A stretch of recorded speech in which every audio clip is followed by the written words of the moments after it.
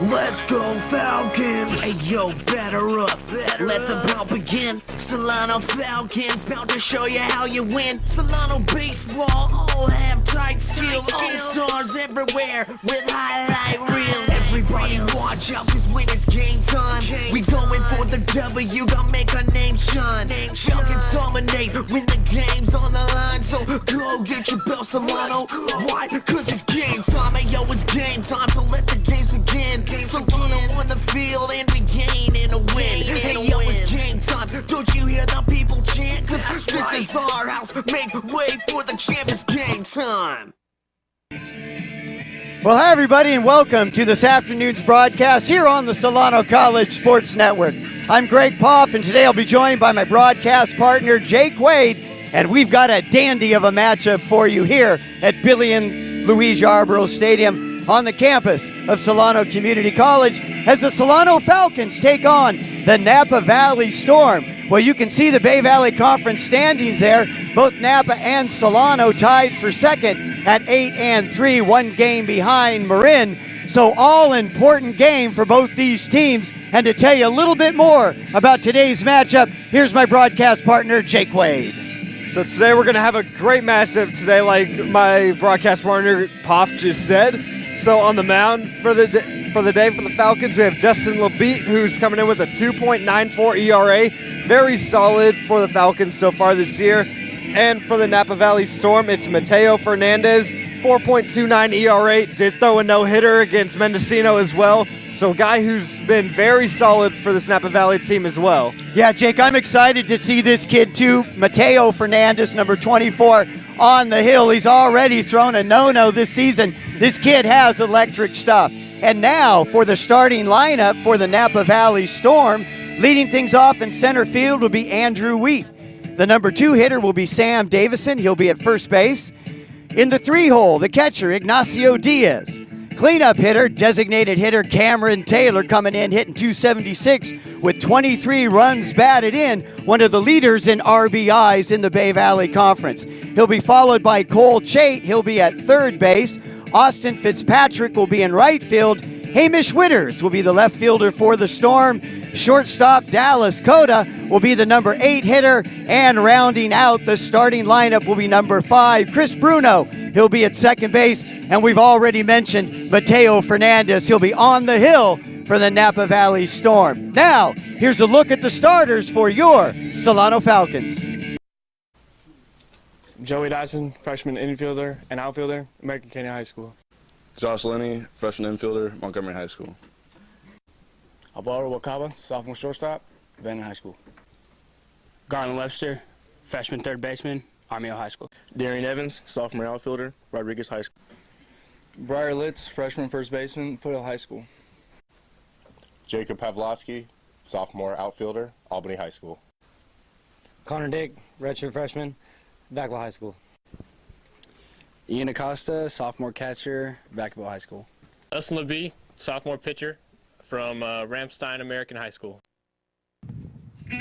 Well, there you have the starting lineups for the Solano Falcons. And, Zach, just a couple changes, too. Garland Webster moving from his usual spot at third over to first. Connor Dick getting the start at third base today. And Jacob Pavlowski out in left field for the Falcons. And I think this is an important matchup, especially for Solano. They're coming off 2 losses, don't want to make it 3, especially against an opponent that they're going to battle all the way to the end of the Bay Valley Conference. Big game today for the Falcons. Yeah, it's a very important game, really, for both teams, too. Napa looking to get a little closer to Marin, only 1 game behind right now, so that's something to look out for. Another close, good matchup between the teams that are tied for second in the Bay Valley Conference right now. So should have a great game today. Yeah, and when you look at the schedule, a little bit different this year in the sense that in the Bay Valley Conference, each team is playing a home and away, and then they'll play each team a third time. And Solano certainly doesn't want to lose this game to Napa today. That would mean that Napa already would win that season series, regardless what happens a little bit later in the season when they play for the third time. Yeah, it's going to be very important for the Falcons to win this game today, to keep this series even and go a game up of Napa in the standings right now. Well, there you see Dustin LeBeat. He'll be on the mound for the Falcons. He's been the typical Thursday starter, and he's been pretty successful for the Falcons. Comes in with a 3-0 record, as you mentioned at the top of the broadcast, 2.94 ERA. Dustin LeBeat, the sophomore, has been very solid for the Falcons this year. Yeah, he's been one of their most consistent starters. Him and Nathan Jeunesse at the top of the rotation have been very good all year. Jeunesse with a 2.22 ERA. So when two of your three main starters have an ERA below 3, that's when you know that you're having a pretty good baseball team out there. Yeah, and the bullpen has been real solid for the Falcons. Got roughed up a little bit last Tuesday at Napa, but they're looking to rectify that situation as we are underway. And as Stash Samoida always likes to say, first pitch, 239. First pitch by LeBeat catches the outside corner for a strike. Andrew Wheat, the center fielder, batting .304 up at the plate. Also has 8 stolen bases, so a guy who's got some speed out there. We tend to see a lot of center fielders have a lot of speed as well. Next pitch is hit to second baseman Josh Lenny. Picks it up, throws over to Webster at first, and the first out retired by Dustin LeBeat. That's just a routine ground ball right there. Good job by Lenny not to overrun it, wait for it to come to him, and throw the runner out on a closer play than you expected on a ball hit like that, too. Boy, and there you saw the speedy Andrew Wheat. He can get down the base pass in a hurry. So 1 out, and now up to the plate, the hot-hitting first baseman Sam Davison. First pitch by LeBeat. Catches the outside corner, looked a little bit low, so good call for LeBeat by home plate umpire Jeff Dugmore. Out in the field, Ron Adams, your umpiring crew for the day. LeBeat set, and the next pitch, nice movement on that breaking ball, over for a strike. So quickly, LeBeat ahead in the count, 0-2. LeBeat's done well so far, hitting his zones very good already in this game. Only 4 pitches in, hasn't thrown a ball yet, so he's going to do great if he keeps doing this all day. That pitch low and away. So the count now 1-2. Sam Davison comes in hitting over 400, 402 on the season. LeBeat looks in, gets his sign, and he's set into the windup and the pitch. And it's fouled out of play over behind the Napa Valley Storm bench. Davidson also has 3 home runs on the year to go along with 18 RBIs. So a guy who's been very productive at the top of this lineup for Napa Valley. And this is a hot Napa team. They are 14-4 since February 5th. Next pitch in the dirt. Good eye by Davison. Looked like he wanted to go around, thought better of it. Good decision by Mr. Davison. You can see up there at the plate, he's very locked in. He's not going to swing at a pitch that's not his pitch, and he's going to fight and battle in every at-bat he has up there. Next pitch by LeBeat, and it's hit right back to the box. LeBeat knocks it down, got plenty of time, makes the throw, and 2 up, 2 retired. And now coming up, the catcher, Ignacio Diaz. Now batting, catcher, number 7, Ignacio Diaz.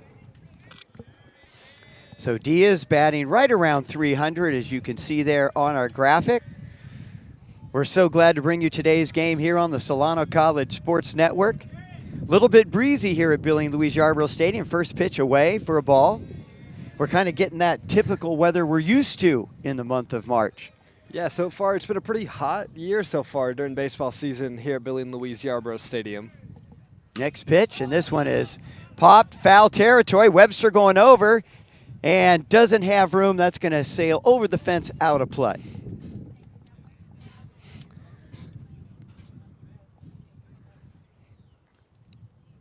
And this Napa Valley team, pretty solid, excellent pitching. And the thing about Napa, they've got 3 starters who are all solid. Austin Barlow, 5-0. Dylan Hassard has struggled a bit, 1-3, but good ERA at 3.52. And, of course, today you get to see the electric lefty, Mateo Fernandez, on the mound, comes in 3-3, 4.29 ERA. LeBeat still some work to do here and hits a chopper just past the diving Connor Dick at third, out into left field, and so a 2-out single by Iggy Diaz. That'll bring up the designated hitter, cleanup hitter, number 17, Cameron Taylor. This is the guy to watch out for this Napa Valley squad. He has 23 RBIs on the year, leading the team, and one of the top RBI producers in the Bay Valley Conference as well. Yeah, 23 runs batted in. As you said, he's got 3 bombs as well. So this guy knows what to do, especially with runners out on the field. So Diaz takes his lead at first. Labite set, pitching out of the stretch now. That pitch catches the outside corner for a strike. Labite's not going to back down from anywhere, from anyone that's up there at the plate. He's really going to come after you and attack your weaknesses, and that's what good pitchers do. They find out what your weaknesses are, and they're going to throw it right there every time. And Labite, too, pitching with a lot of confidence. Feels very comfortable on the mound, sophomore. Checks the runner out of the stretch. Here's the pitch, and it's a pop fly. Webster settles under it in foul territory and bobbles it. And that's an example of what can happen here when that wind starts to blow. It makes it very difficult. And there you saw the freshman from Armio look like he had it. Wind caught it, bobbles it. So second chance for Cameron Taylor. Let's see if the Storm can capitalize on the error by the freshman first baseman. And that may also be due to Garland mostly playing third base this year. That's something that it's not the toughest transition, just switching from corner to corner, but the foul grounds are a little different. It's something he's going to have to get used to. He's going to keep playing more first base this year. So Labite set, count 0-2 in his favor. That went away, throw down. Webster, good job. That was in the dirt on the throw by Acosta, so Webster, good job staying in front of that. That's something we see Ian Acosta do a lot back there behind the dish. He throws over to first base. You don't usually see that, especially in baseball. When a catcher has that strong of an arm like Acosta does, he's going to get you out whenever you're trying to take a base.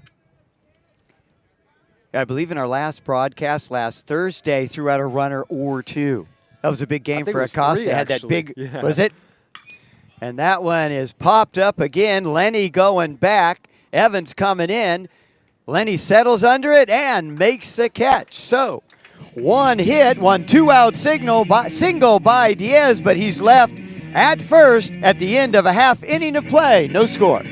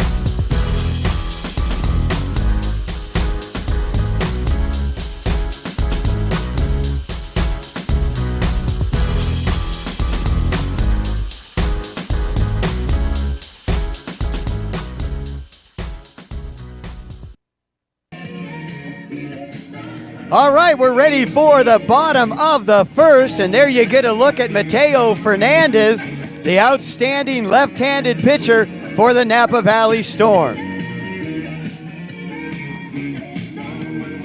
And Jake, you said you were watching him warm up. This kid can throw hard.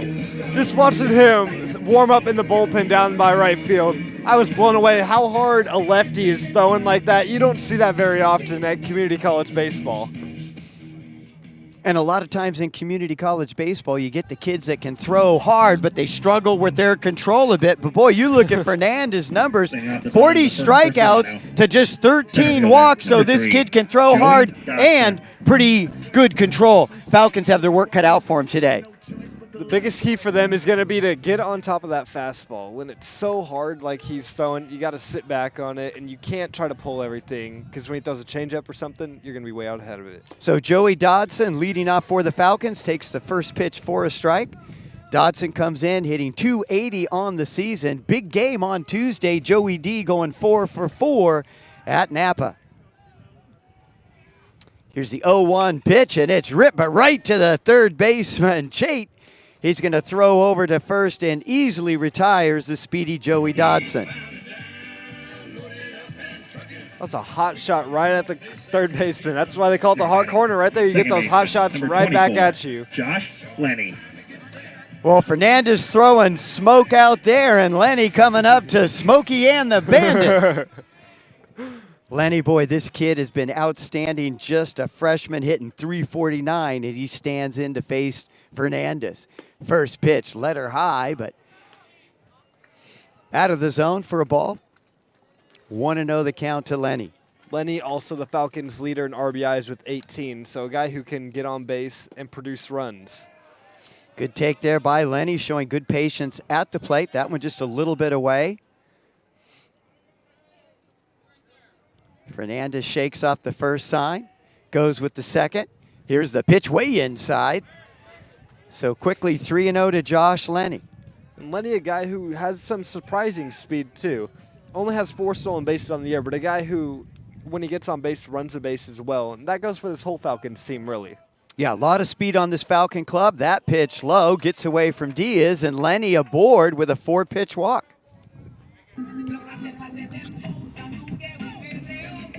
Yeah, a lot of speed on this Falcon team, and especially when you look at the statistics with Alvaro Rubalcaba, 16 stolen bases on the year, and Joey Dodson right behind him with 15, and now we get a chance to see Alvaro Rubalcaba hitting .400 on the season. He's been that Falcons' hottest hitter this year all year. He never really has had a slump so far this year. He's been consistent all year. May have cooled off just a little bit in the game against Napa 0-for-4, but you don't see those 0-4 games very much by Mr. Rubalcaba. So Rubalcaba digs in. Now Fernandez pitching out of the stretch. Not much of a lead by Lenny. That first pitch catches the outside corner for a strike. Good pitch by Fernandez. Rubalcaba is probably going to try to move Lenny over right here with 1 out. That's what the Falcons like to do. They get a runner on, they try to move him up every time. Throw over, but Lenny back. It's a good quick move from Fernandez out there too. Yeah, a little bit easier when you're a lefty. You got that sight and can make that quick pick over to first. Fernandez ready. Here comes the pitch, fouled away by Rubalcaba. Got his money's worth on that swing. A big hack right there from Rubalcaba.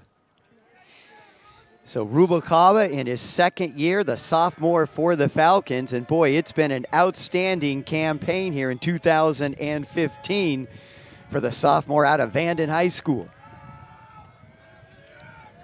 Fernandez ready. That pitch high and away. Rubalcaba, another guy who's not going to chase pitches. He's going to wait for his pitch. And that's something that Coach Stover really preaches, is to not chase pitches and to wait for what's there for you, not try to make nothing out of something. And we saw Lenny do that in the previous at-bat. That's why he's at first. That one looked like the hit and run was on. Rubalcaba just reaches out and fouls that one down the first base side of play. That ball definitely out of the zone, but hit and run on. So Rubalcaba protecting Lenny and gets metal on that one, protects Lenny. So the count will stay at 1-2. That's what you have to do right there for Rubalcaba. It's not a strike, but with the hit and run on, you can't risk that runner getting thrown out and already being down 1-2 in the count as well. Throw over. Yeah, and Rubalcaba on that one just went with the pitch. And he straightens that out just a hair. That gets over the first baseman, Davison, into right field for a base hit. All right, here's the pitch, and it's hit by Rubalcaba. It goes to the second baseman, Bruno. Flips over to Coda. Back to first, but not in time. I was looking to see the umpire out in the field. I was blocked by the home plate umpire, but it looked pretty clear. Rubalcaba safe on that one. So that'll be a fielder's choice. Number 15. Lenny retired. And now coming up to the plate, Garland Webster. Anytime Rubalcaba hits a ball like that, it's going to be very difficult for a team to turn a double play on him. He's so fast out there. He's not going to let you get him out on a double play. So Webster steps in. Boy, and he's had a great freshman year. That pitch low. It had a great year so far. Hit a grand slam early in the year, too. So a guy who can do it all, gets on base a lot, very smart base runner. We see him go first to third a lot. And playing most of his time at third base, and he's been solid defensively at third. Throw over, Rubalcaba back. So 2 outs here, bottom of the first, no score. Napa and Solano going at it. Webster at the plate, Rubalcaba. Little bigger lead than Lenny. Mateo taking his time. And here's the pitch, fouled back by Webster. Webster kind of grimaces to himself. That was a fastball up, out over the plate, and he really wanted to get that one. Just swung a little bit under it. Got his money's worth on that swing. Those high fastballs are the best pitch to looking at. It's not always the best pitch to hit, but it's one of the best pitches when you're up at the plate to look at. Throw over, Rubalcaba back. Keeping a close eye on the runners at first with Rubalcaba right now, and Lenny is up before that as well. Here's a pitch, away for a ball. Good eye by Webster. So that'll even the count. 2 balls, 2 strikes.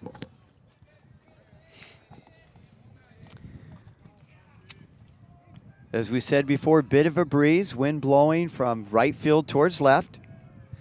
Fernandez set, here's the pitch, and Webster got another fastball. Good swing, but swung under it just a bit, fouls it back out of play. He's right on that fastball right now. He is, he's not missing by much, is he? Just good young hitter right there.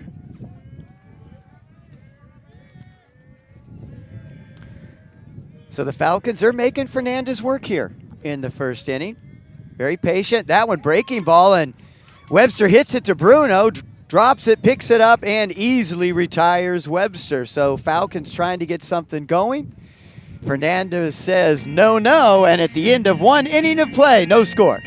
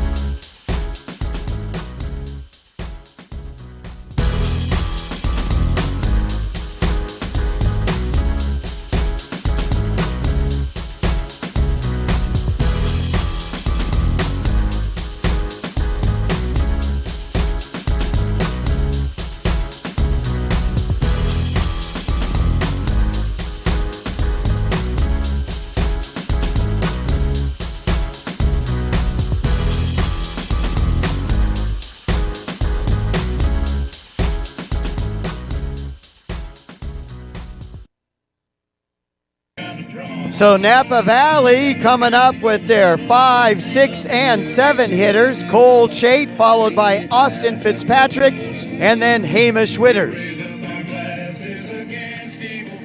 Cole Chait hitting just .217 on the season. And he'll step in to face Dustin LeBeat for the first time in today's game. We saw that hot liner hit at Chait in the first inning. It's never an easy play over there at the hot corner. And as you can see, Chait played his high school ball over in Vallejo at St. Patrick's, now St. Patrick's, St. Vincent's. LeBeat set, and here's the pitch, and it's hit into right field. Evans coming up, and can't get it. It gets by him. This one's going to be trouble. Evans is going to go back and get it. Chait's going to keep going, and he's going to go all the way to third. Rubalcaba with the throw. They got him. Rubalcaba. Oh, my goodness. We've seen him do it with the leather. That time he does it with the arm. Big out for the Falcons, and certainly for the Napa Valley Storm. Do not want to run into outs, especially when you're the leadoff hitter. And you could see Chait kind of hesitate, but Coach was saying, come on to third. Not a good decision, and it costs the Storm. Austin Fitzpatrick. What a throw by Rubalcaba right there. Could not have thrown it in a more perfect spot to Connor Dick over there at third. The tall, lanky right fielder Austin Fitzpatrick steps in, fouls the first pitch off, and so Cole Chait gets a double but gunned down by Rubalcaba. And when that ball got past Evans, I was thinking he's going to get into third easy. Yeah. But boy, Rubalcaba, and good throw by Evans. Yeah. Evans, to his credit, missed the ball, went back, got it. Nice throw to Rubalcaba. Rubalcaba line drive to Connor Dick. No chance for Cole Chait. That pitch swung on and missed, so quickly, Labitte up in the count. No balls, 2 strikes against Austin Fitzpatrick, who comes in hitting .240 on the season. Labitte set, and here's the 0-2 pitch, low and away. A good job by Evans on that play, too. After the ball got past him to get there back to the ball so quickly and make such an accurate throw like that. Not many people can do that out there in right field. Yeah, he was digging. 0-2 pitch, swung on and missed. Breaking ball by Labitte. Fitzpatrick completely fooled, and that'll be the first strikeout of the game for Dustin Labitte. Nasty curveball right there. Left Wow. fielder. After seeing 3 fastballs right there, and to break off a nasty curve like that, that's so hard to do up at the plate.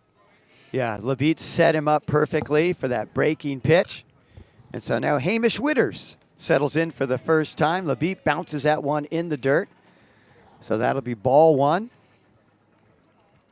Hope you're enjoying our broadcast here on the Solano College Sports Network. One of the few community colleges, if only community college in the nation, to have their own sports broadcasting network and run by our great students here at the college. That pitch fouled back out of play. And how lucky we are right here to be at Solano College and to have a sports broadcasting program like we do here. It's great to be able to come out of high school like I did and jump right into the program. It's been so great for me. Well, we really want to give students the experience, and we want our athletes to really feel like they're in a big game. They're getting coverage, and it's going to be on TV and YouTube. So that pitch in the dirt. One of the few times, if only time, that Labitte has been behind in the count with 2 balls and 1 strike to Hamish Witters. And that pitch looked low, but Witters went down kind of a golf swing there and fouls it back over towards the Solano dugout. So that'll even the count at 2 balls, 2 strikes, 2 outs here in the second inning, as Vin Scully would say, deuces wild. Labitte set, and the pitch took a little off that one. It's hit into center field, clean base hit by Witters. And Witters is a kid for Napa that's really been coming on of late. A lot of times you would see for Napa Austin Barlow, who pitches one of the starting pitches on his off days out in left field. But Witters has been coming on and finding more playing time in left field, and shows why with the 2-out single. He's really hit well all year, hitting .273. Not bad numbers, 4 RBIs as well. So a guy who's going to see more playing time. So Dallas Cota, the shortstop, steps in. Throw over by Labitte. Witters dives back to first safely.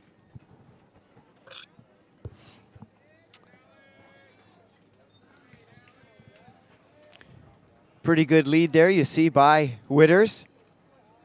Labitte out of the stretch. That ball low.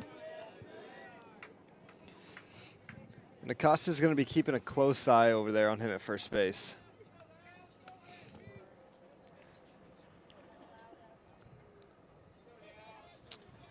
So Labitte has the sign, out of the stretch, takes a look over, inside corner. Boy, nice pitch. Looked like he took a little off that one, Jake. Yeah, it didn't look like a changeup necessarily, just slowed his motion down, and nice pitch right there. Didn't try to do too much. He's not going to try to overpower you up there. And I think that's one of the reasons why Labitte has been successful this season. He really keeps the hitters off balance up at the plate. All right, Labitte set. Here's a 1-1 pitch. Runner goes, and it's fouled back, so looked like a play on by Napa. 2 outs, going with the hit and run. Cota fouls that one back. Just barely got a piece of that one. Yeah, just barely got a piece of that. Just chopped that right back to our left over here behind home plate. So the count now 1 ball, 2 strikes here. 2 outs. Top of the second inning, no score. Big game for both these teams.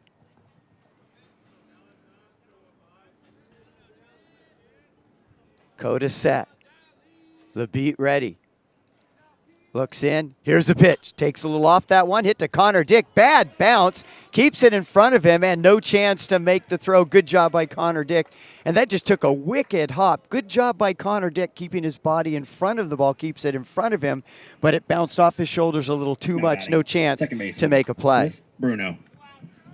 Yeah, that's just tough luck right there for Connor Dick out there. Not normally do you get hops like that, and when you do, you just got to eat it like he did right there. Yeah, not sure if that's going to be an infield hit or an E5. But either way, you got runners on first and second for Napa here in the top of the second. And now Chris Bruno, the second baseman, up at the plate, hitting .259 on the season. The beat set, and the pitch, swing and a miss by Bruno.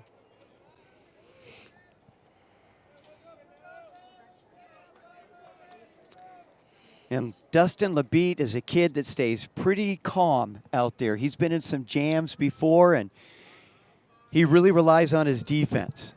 So he's not going to do anything different, not going to press, going to keep trying to keep the hitters off balance. LeBeat set. Here's the 0-1 pitch. Another swing and a miss by Bruno. And Bruno's just late on those fastballs right there. This will be interesting to see if LeBeat comes at him with another fastball or if he breaks off another one of his nasty curves.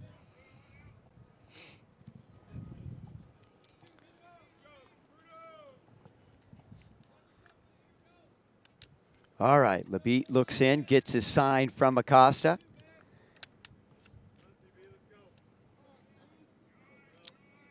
And the pitch. And this one is lifted foul over towards the Napa dugout, and just not enough room for Webster to get over there and make a play.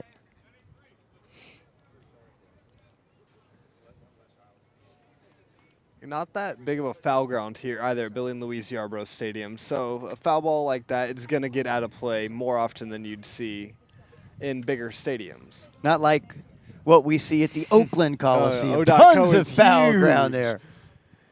Never safe hitting a foul ball there. All right, here we go.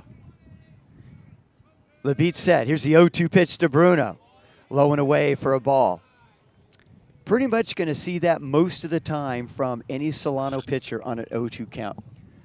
Yeah, 0-2 low and away. Nothing wrong with that right there. That's a good pitch, and that's something that Coach Stover really likes to call a lot.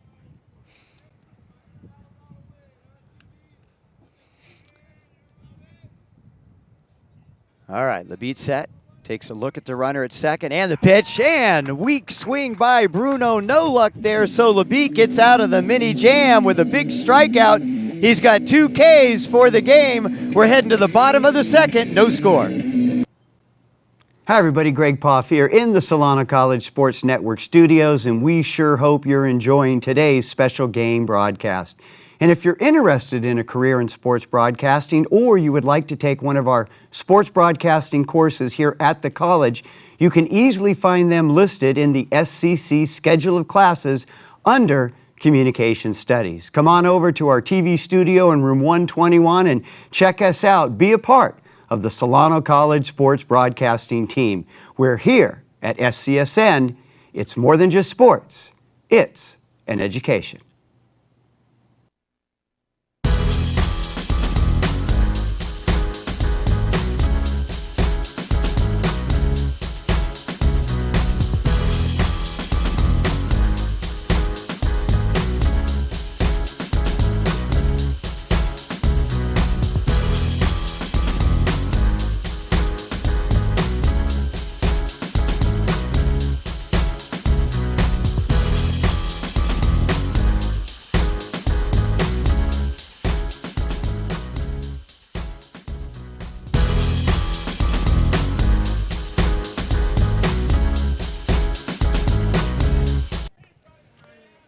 All right, so getting things started for the Falcons here in the bottom of the second will be right fielder Darian Evans. He'll be followed by designated hitter Briar Litz and Jacob Pavlovsky.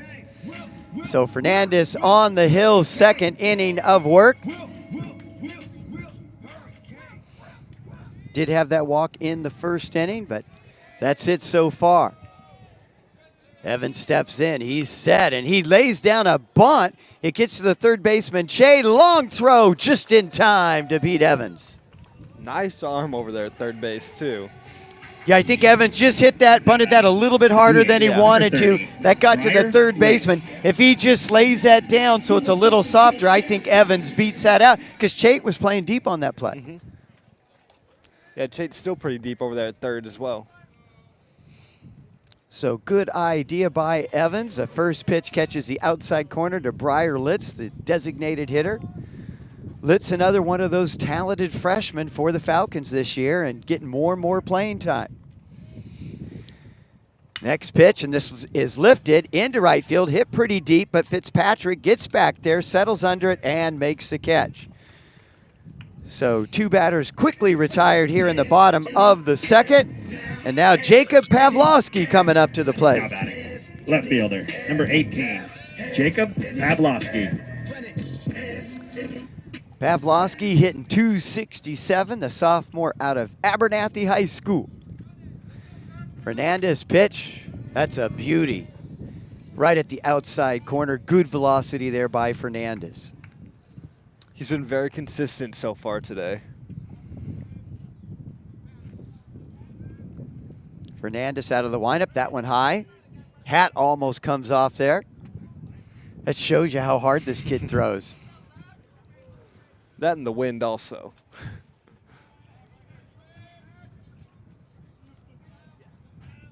And here's the pitch by Fernandez. Fouled back out of play. Pavlovsky, big rip on that one. Just a little behind that fastball. Yeah, he takes big rips at pretty much everything up there. He's got a lot of power.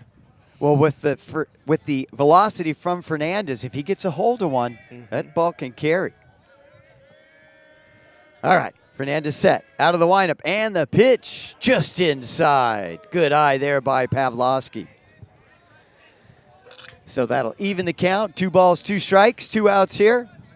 Bottom of the second inning, no score.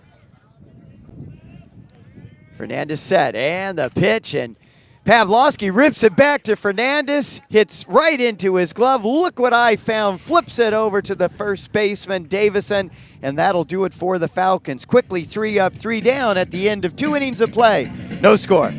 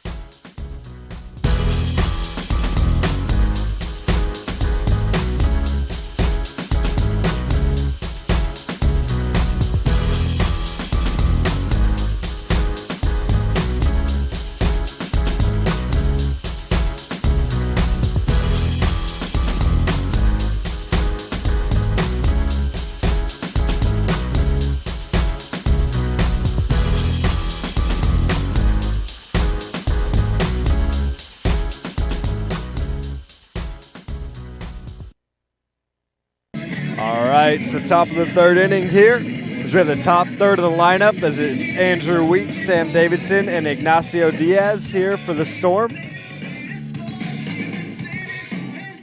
It's had a pretty good pitching matchup so far today. Not too many balls hit hard and not too many balls being put in play in general. And we've seen a lot of really well-pitched, well-played games here at Billy and Louise Yarborough Stadium. And looks like we're setting up for another one today. Labitte throwing a beauty so far, as well as Fernandez. Labitte comes set, kicks, fires. Little half swing, just a little bit outside, so ball 1. And Andrew Wheat, who's up at the plate, the younger brother of Ryan Wheat, who played for the Falcons, actually played shortstop for the Falcons in 2012. Just a little bit low and outside there. So quickly, it's 2-0 to Austin Wheat. Andrew Wheat out of Benicia, just like his older brother Ryan. That pitch is right there at the belt for strike 1. Wheat grounded softly to Lenny in his first at-bat.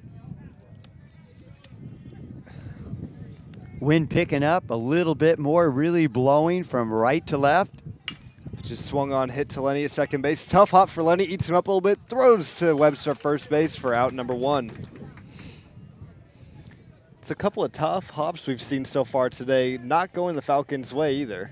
But what the Falcons are doing, we saw this with Connor Dick, we've seen it with Webster on the throw from Acosta over to first, and we see it with Lenny. They do a really good job of getting their bodies in position. So if they do miss it with the leather, they block it with the body, keep it in front. That's just sound, fundamental defensive play.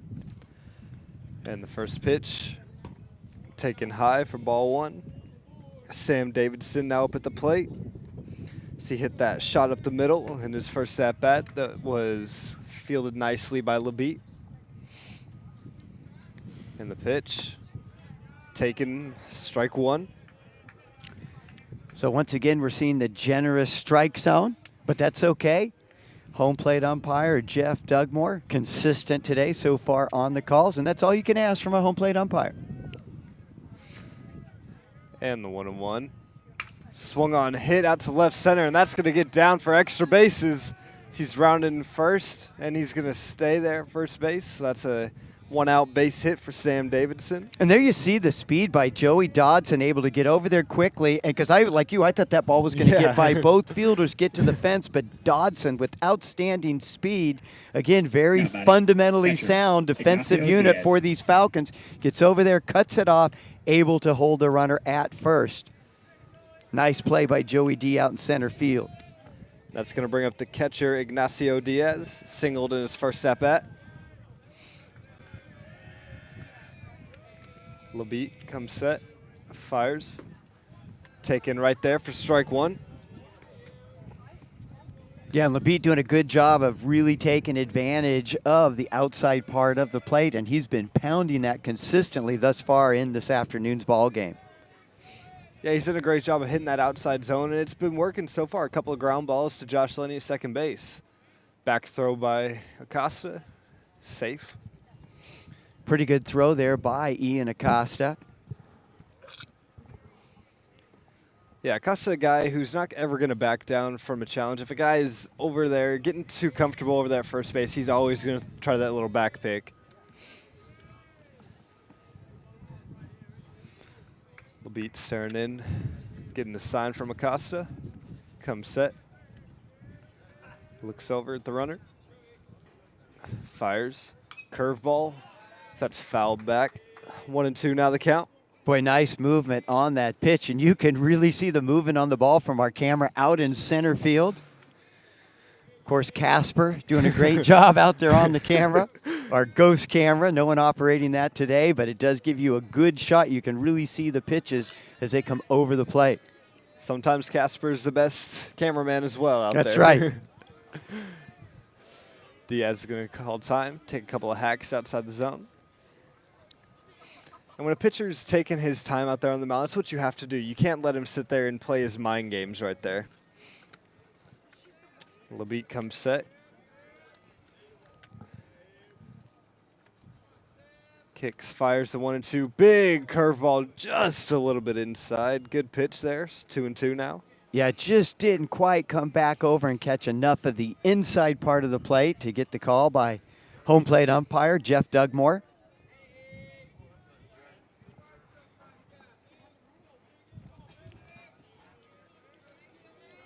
Labitte taking his time out there on the mound, too. Not going to rush anything out there. And the 2-2, swung on, fouled back. This count stays even at 2. Boy, and you really see Labitte in this at-bat working both sides of the plate. Came inside on the last pitch, that one away, took a little bit off that pitch. So again, Labitte, his real strength is just keeping the batters off balance up at the plate. He's not afraid to go inside if you're crowding the plate a little bit. He's not afraid to hit you outside either. Yeah, we really saw that with the strikeout of Chris Bruno to end that mini rally back in the top of the second. Here comes the 2-2. Labitte checks the runner. Curveball stays inside. Yeah, that was interesting. I don't know if the batter called time. Yeah. It looked like the umpire just said, I'm getting tired of waiting. I'm bailing here. Because Labite kind of looked at him like, hey, what are you doing? Yeah, I guess they're not counting that as a pitch, so this count stays at 2-2.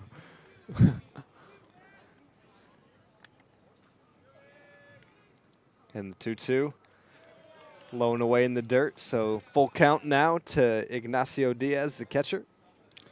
Boy, and Acosta, good job of keeping that ball in front of him, digging it out of the dirt. We've seen Acosta do that all year. Excellent defensive catcher. Very solid defensively. He's not going to get many balls past him in the whole season, let alone in a game. And the 3-2, runner takes off. Strike three, and Acosta throws down, and that's a strike him out, throw him out for the Falcons as we head into the bottom of the third. Still no score.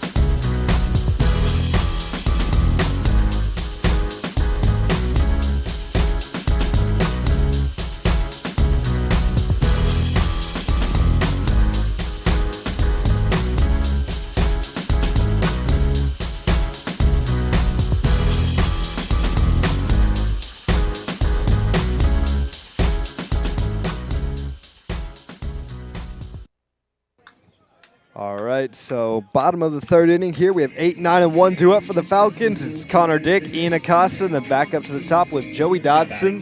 Third baseman, number 23, Connor Dick.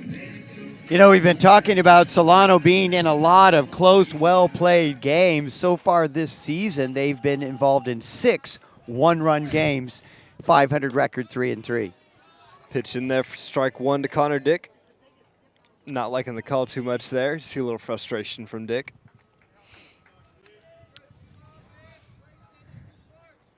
In the 0-1. That one's taken low, ball one. Good take there by Connor Dick, and nice to see Connor Dick getting a chance to play at third. Yeah, a guy who's played well when he's got his chance so far this year. Hitting .286 heading into this game. So that's fouled back. Yeah, Connor Dick, scrappy kid out of Vacaville. Didn't make the team last year, but boy, just worked even harder, made the team this year, and getting to see some playing time for Coach Stover. That pitch is also fouled back, so count remains at 1-2. That pitch was nasty. Yeah. I mean, Connor Dick, great job just hanging in there and getting a piece of that. Another 1-2 from Fernandez. It's taken up and away for ball two. Connor Dick, another good kid. I grew up playing baseball with him. Played in his little league across town for me. We would play in city championship games. Another guy who is always top talent on the team. So that's hit foul again. So the count will remain at 2-2. So that's a third foul ball hit in a row by Connor Dick. Yeah, I had Connor in one of my speech classes. I think it was his first semester. Real likable kid. Yeah.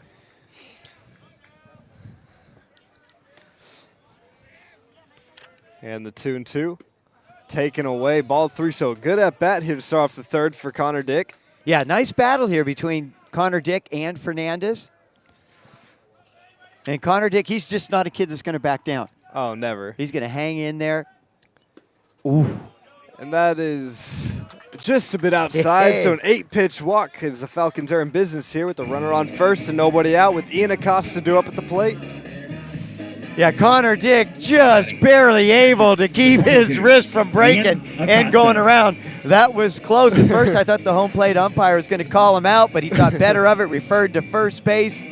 Out on the field, Ron Adams, of course, with the better angle, and Connor Dick awarded the bag. So leadoff walk for the Falcons here, trying to get something going. Bottom of the third, no score. Interesting call from the home plate umpire. Kind of issued him first base. Looks like it could have been a strikeout yeah, call. I almost thought he was calling out.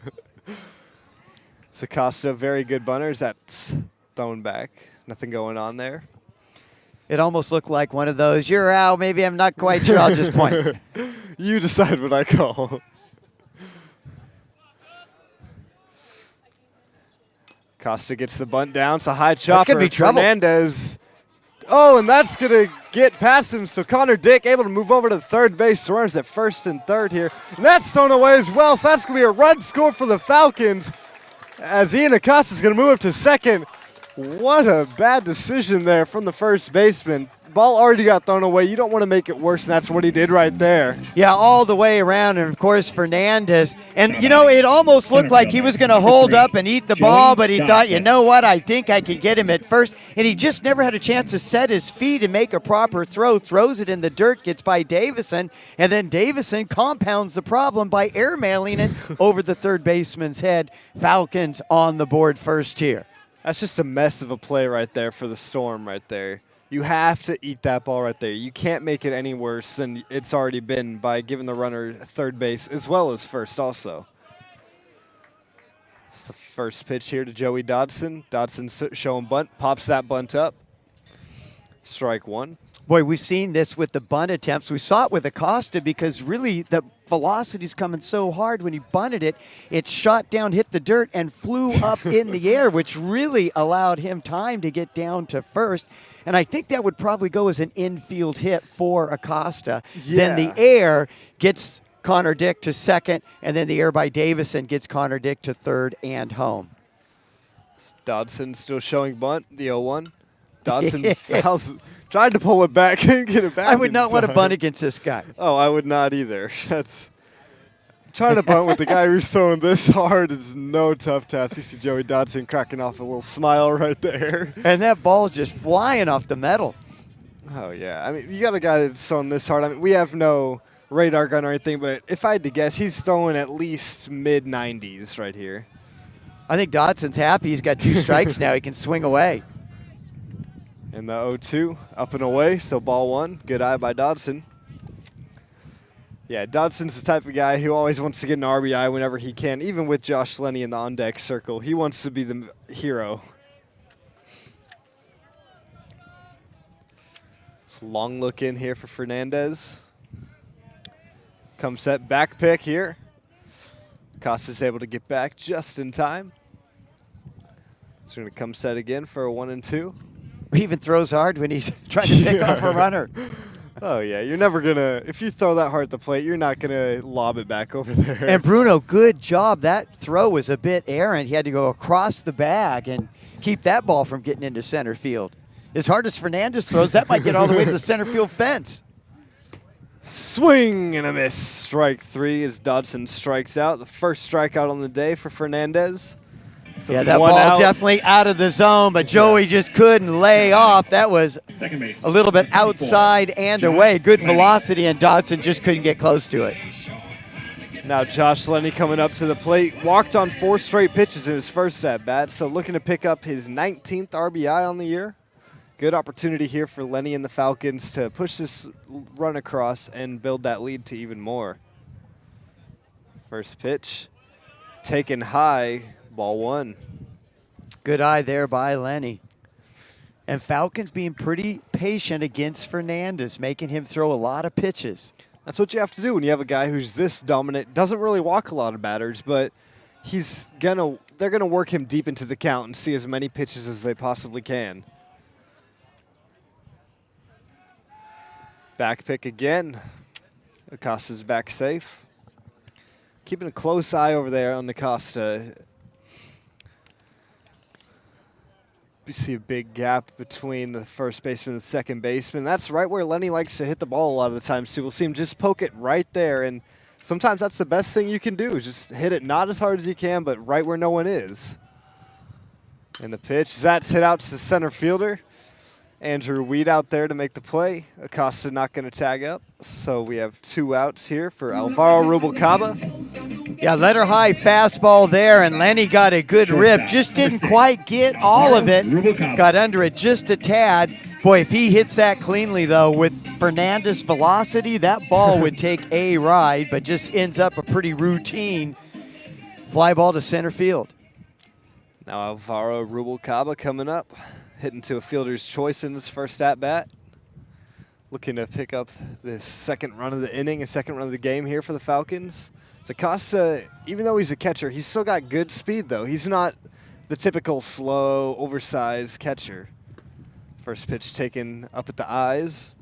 Yeah, absolutely right. Acosta doesn't have the body type of someone you typically see as a catcher, but he's scrappy, and he has good speed, as you said. It's just a smart baseball player, too. He knows when he needs to advance on a ball in the dirt, especially being a catcher. That's something that you learn a lot, is to read a ball like that. The 1-0. So that's hit back up the middle, and that's going to get through a base hit. Acosta coming home. We're going to have a play at the plate here. Cut off there by first baseman Sam Davidson. That's going to be an RBI single for Alvaro Rubalcaba. 2-0 our score now. So Rubalcaba comes through. Fernandez just left that one in the zone, and Rubalcaba just drove it out into left center field. Thought there might be a chance at the plate for Napa, but Davison cuts it off, so no chance to see what happens. I think Lenny does get in, but I think it could have been close. Yeah, I think Acosta still gets in on that, and I think the reason Davidson cut that off the runner at first. Exactly, so Alvaro doesn't advance to second, and that's a close throw-over, quick throw-over as well from Mateo Fernandez. Garland Webster now up at the plate. 0 for 1 on the day. That's a hit and run. That's going to be a base hit. Alvaro Rubalcaba heading to third base, so runners are going to first and third there as the Falcons are in business yet again. Runners at first and third with 2 outs. Boy, and there you just see the advantage of having speed on the base pass. Rubalcaba with an excellent jump, and that ball was hit hard, so Fitzpatrick, he's running up. He's got some momentum behind him, and pretty good throw to third, but Rubalcaba, just too good of a base runner, too fast, gets in under the tag, and now runners at the corners for the Falcons, trying to add to their 2-0 lead here over Napa. And Rubalcaba hesitated coming around second as well, and he was still able to beat that out, so that's just what speed does for you out there on the base paths. 2 outs, runners on first and third. 2-0 our score. Falcons up. Bottom of the third inning here.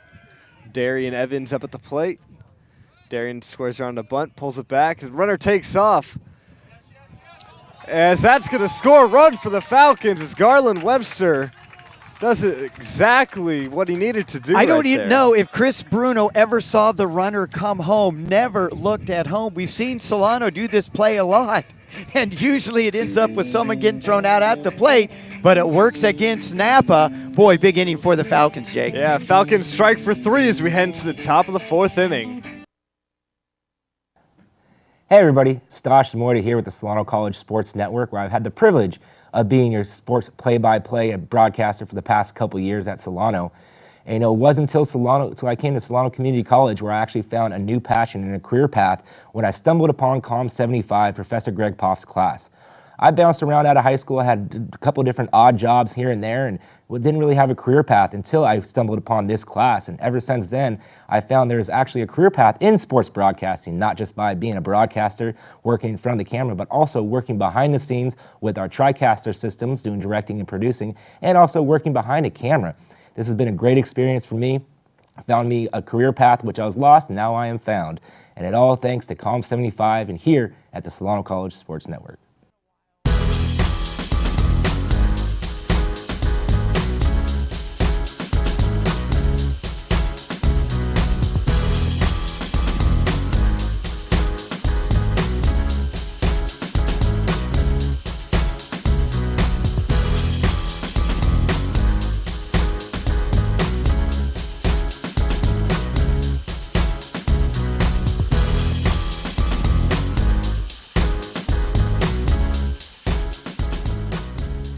All right, so top of the 4th inning here, 3-0 our score. Falcons strike for 3 in the bottom of the 3rd inning.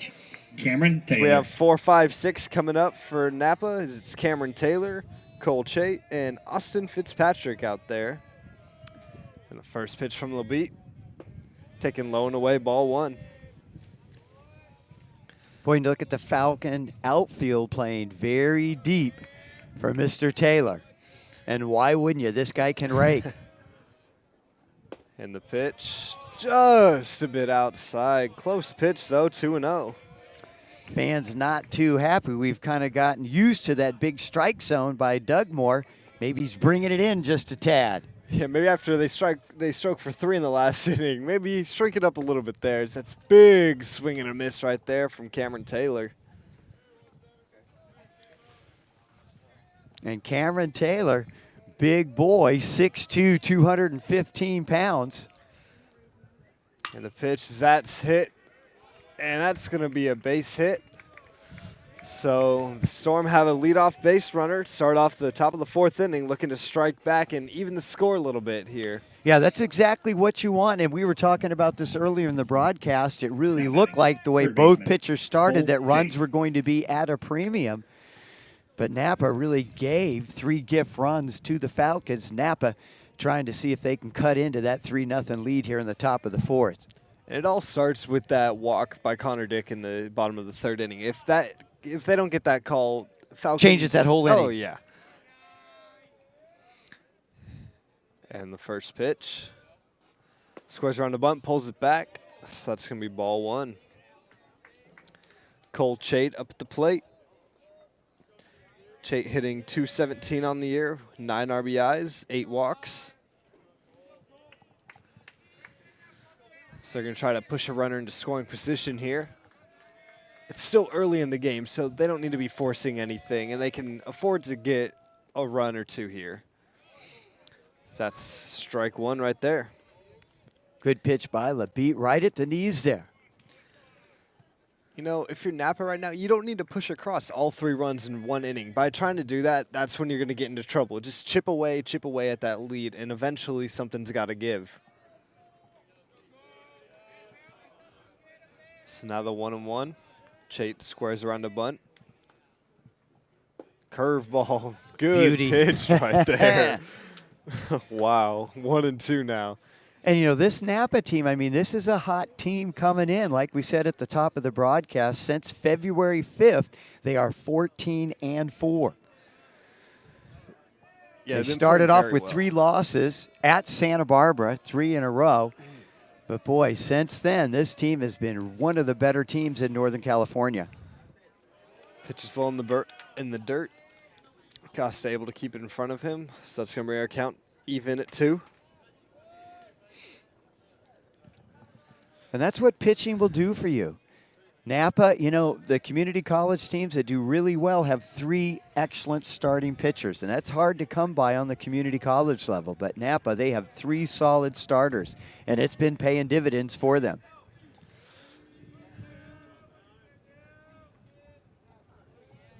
And the 2-2. Swung on and missed. Strike 3. So LeBeat really hitting that low outside corner right there. It's the 2nd strikeout he's had on that low outside fastball today. So that's going to bring up the right fielder, Austin Fitzpatrick. Well, I think LeBeat heard me talking about the Napa pitchers. He goes, we got some guys that can throw here too, and proved it on that pitch. Oh, yeah. He's a guy who's always going to hit his zones. He's never going to miss very badly when he does miss. He's going to miss maybe a little low, maybe a little outside, a little inside. Doesn't miss high too often. Doesn't bounce a lot of balls in the dirt either. First pitch to Fitzpatrick. Strike 1. Yeah, LeBeat's been solid all year. Earned run average under 3. Fitzpatrick struck out in the 2nd inning. Nate Janest has been solid for the Falcons. He's been their Saturday pitcher. And then Dylan Dumape. Yeah, all 3 of them. As number 3 has been pitching pretty well, the lefty out of Rodriguez. And the pitch, big curveball fouled away at the plate. So 0-2 to Austin Fitzpatrick. Dumape did take the loss on Tuesday, but just gave up 3 runs. You know, typically what he's going to do out there, he's going to keep you in the game, and that's what you want from your starter. You don't necessarily need a guy who's going to give you 7 shutout innings. You need a guy who's going to keep you in the game all the time. Especially with the Falcons bullpen. They got a lot of guys that can come out of the pen. The 0-2 runs high and away. Ball 1. So as a starter, you just got to keep it close. Keep your team in the game. Yeah, as you mentioned, the Falcons have such a deep bullpen that they don't have to get 7 or 8 innings out of their starter. You can get 6 innings and then get an inning out of Jay Wagner, an inning out of Chris Ross, an inning out of Peyton Tyler. These guys who are good for a few innings that you don't have to waste your starters. Big curveball fouled away again, so count will remain at 1-2. And Adam Coates was their top guy out of the bullpen until he got dinged. Not sure if he's ready to come back yet. Certainly a guy out of the pen the Falcons can use, because I think up until his injury, he was the top guy out of the pen for the Falcons. Yeah, their clear closer who's going to come out and dominate the 9th inning. He's a guy that he can give you 3-4 innings. Yeah, he's not going to just be good for an inning. I'm good. If you need him to go out for 2 or 3, he's a go. Whenever he can, he's ready to ball. So that's hit hard to Lenny. Double play ball, 4-6. And that's all they're going to get is Rubalcaba bobbles it at second base. So 2 outs here. Don't see that very often. I think Rubalcaba just trying to go a little too fast right there. Yeah, just on the exchange. Winners. Drop the ball. But Rubalcaba, showing his experience, doesn't try to make the great throw the ball away, and then you open the door for Napa, just like we saw happen in the bottom of the 3rd. Yeah, Rubalcaba is always going to make the smart play, never going to force anything out there. He's going to take what he can get out there. Hamish Witters up at the plate, singled in the top of the 2nd inning.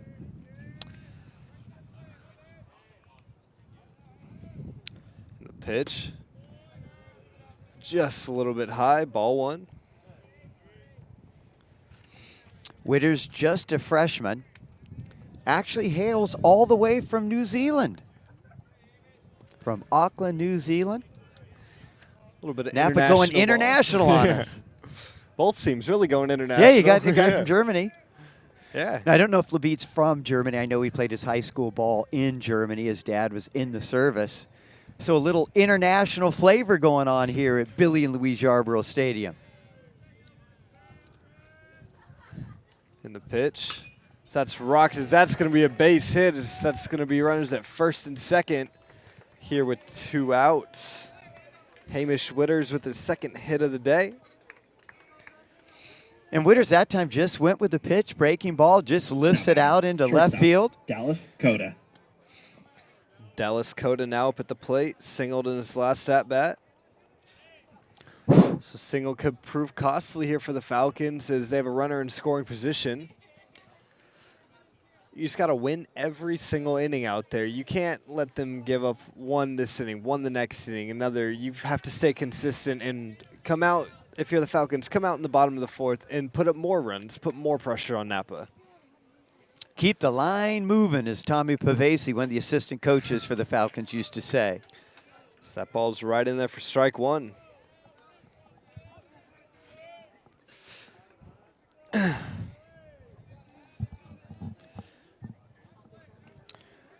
Decent crowd here on a Thursday afternoon. A little over a week away from spring break here at Solano Community College. Of course, no break for the Falcons. They'll be playing ball through spring break. When you mentioned spring break, that also means opening day for Major League Baseball as well. That's right. So it seems like it's starting a little bit later this year. It seems like the last couple of years there's been a few games in late March. Yeah. In fact, I think it was last year the Dodgers opened. I'm trying to forget where. It wasn't in the United States against the D-backs. I think it was Japan. I think you're right. Yeah. And the pitch, Oh, curveball. let's see if it went around. Didn't go around, it looks like. So that's going to be ball 2. So good job by Dallas Coda holding his water there. Almost went around. Opening day coming up soon. Got a lot of good games coming up. I know myself, I'm going to opening day for the A's and the Rangers, and as well as the game a day later, Wednesday game where they're also playing the Rangers. So it's going to be a very fun spring break for myself. Yeah. Back throw there. Nothing better than getting out to the ballpark on Oh, opening yeah. day. Nothing. It's actually my first time going to opening day as well. Yeah. So looking for a lot of fun right there. When I Good week-long break, come back, finish out school, then summer's not too long away as well.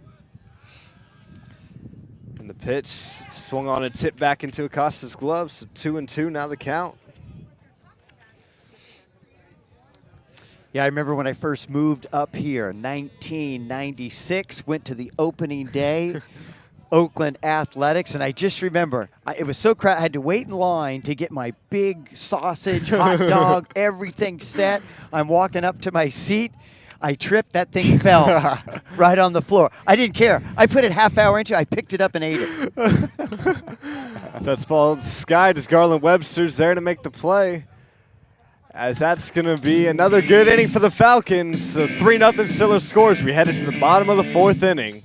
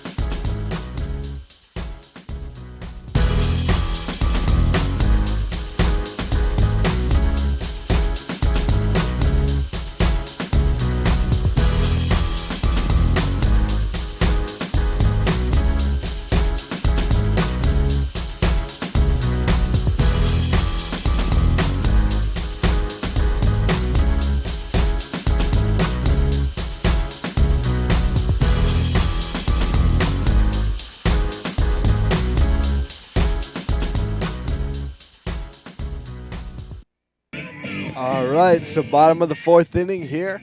So we have 5, 6, 7 due up for the Falcons. Darian Evans, Briar Litz, and Jacob Pawlowski up. Good look of the Solano dugout there. Right fielder, number 28. See Evans coming up to the plate, and then Briar Litz and Jacob Pawlowski there. And as you said in the last inning, Jake, Solano not content with 3 runs. They want to get more. First pitch, a little bit of a slider right there for strike 1. Fooled Evans a little bit. Yeah, another nasty pitch by Fernandez. If he can continue to mix up his pitches like that, it's going to be very difficult for the Falcons to continue to score runs. That pitch is fouled back, 0-2 quickly. Big cut by Evans. Again, they're just getting under that fastball just a tad. If they can start to square that up a little more, it's going to be trouble for Napa Valley. And Evans is a guy with his strength. Boy, if he can get a hold of one, he's going to give it a ride. That ball bounces low in the plate, 1-2. And Evans is a guy, I like his demeanor. He's going to battle. You see him digging in at the plate. He's just going, come on, give me the high, hard one. About letter high. And the 1-2 from Fernandez. Oh, that hit him. Hit him. And that's going to hurt. That got the inside shin, too. Yeah, I think it was just above the ankle. A good thing, it looked like that was a breaking ball. Not quite sure. Might have been a slider, but boy, definitely don't want to take the fastball. Briar Litz.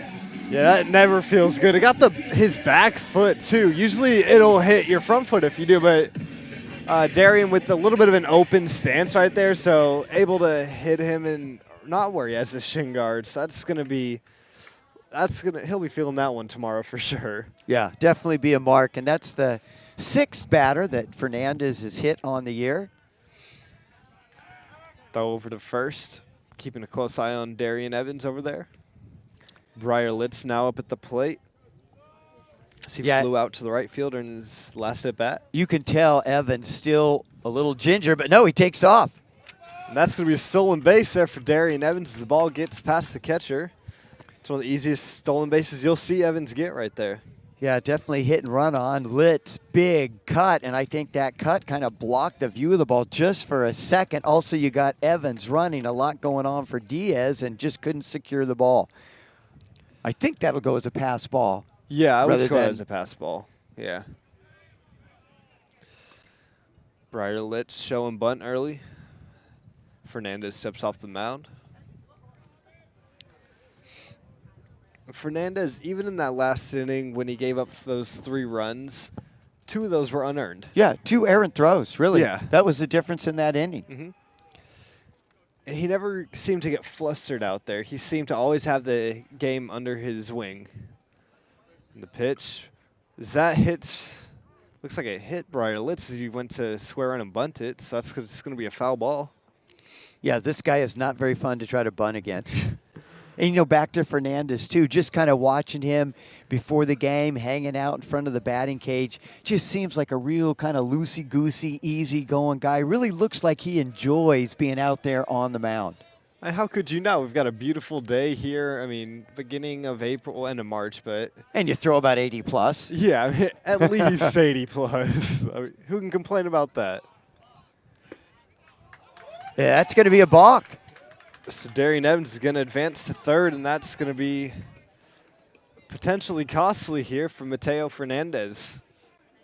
So really you look at Evans standing at third with nobody out, hit by a pitch, pass ball gets to second, balk gets to third, and so Napa really helping out the Falcons today. Yeah, it's going to be something that is definitely going to come back to bite them later in the game if they can't come around and score a couple runs here soon. The pitch, Litz wisely lays off, so that pitch is low, 1-2. Yeah, good patience by Litz. Looked like he was going to go around, then saw that ball dip down, and he held up his swing. Throws a good, hard curveball, too. That pitch just a little bit outside, so the count draws even at 2. So Evans at third. Wind has really died down. Looking out the flagpole now. Flag's not even moving. It's gone from picking up and now back down as that pitch is fouled away. Picked up about the middle of the second inning, and now it's died back down to hardly anything right now. Boy, I really like the way that Litz waits on the ball at the plate. Fernandez comes set, kicks, fires. That's driven out to center field.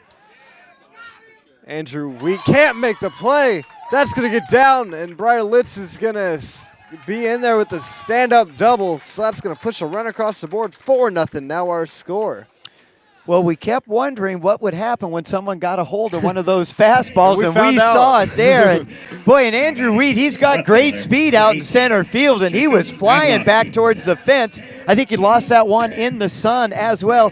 And it was interesting. As soon as that ball was hit, the wind picked up. You could see a gust of wind hit the flagpole. And so all kinds of trouble there for Andrew Wheat on a hard hit ball by Briar Litz. And as you said, Jake, another run home for the Falcons. This is exactly what the Falcons needed to do in this bottom of the fourth inning. Come on, start piling up more and more runs until they can't take it anymore. You have to put this game out of reach before they have a chance to get back in it right now. Yeah, and I just think this is such a big game for the Falcons. You know, I think this is really the first real important game of the season in the sense of its impact on the Bay Valley Conference standings. And we talked about this earlier. This game really determines who's going to win the overall series, especially for Napa. Yeah, if Napa does come back and win this game, then Napa wins the season series against the Falcons. So the Falcons have to come out and win this game if they want to stay at one of the top teams in the Bay Valley Conference. Now the 0-1 to Jacob Pawlowski, the left fielder.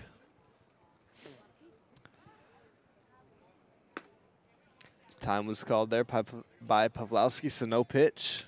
Yeah, and you look at the Bay Valley Conference right now, you really got 4 teams that are right there in the mix. Of course, Marin, 9-2, Falcons, Napa, 8-3, but then Folsom Lake, they're at 8-5.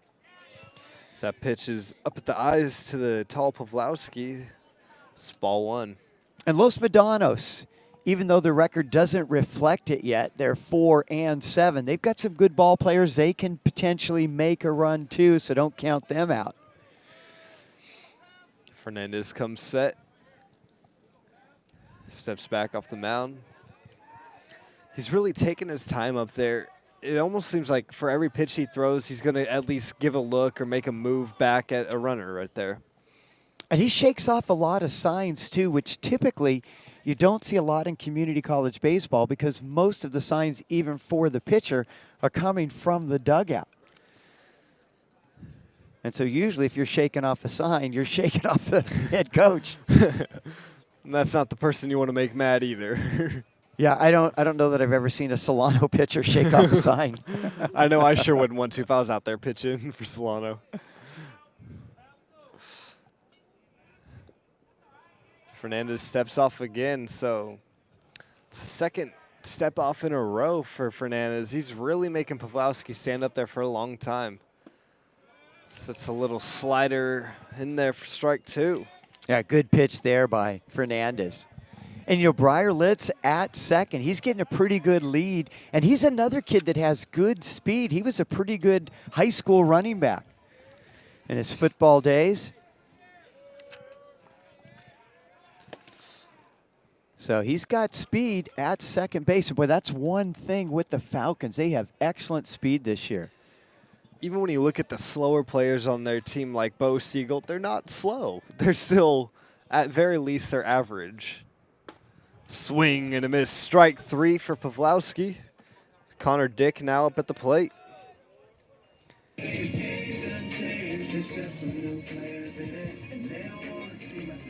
Now batting, third baseman. And that's the 23. 13th strikeout on the season for Jacob Pawlowski. Ties him with Darian Evans now.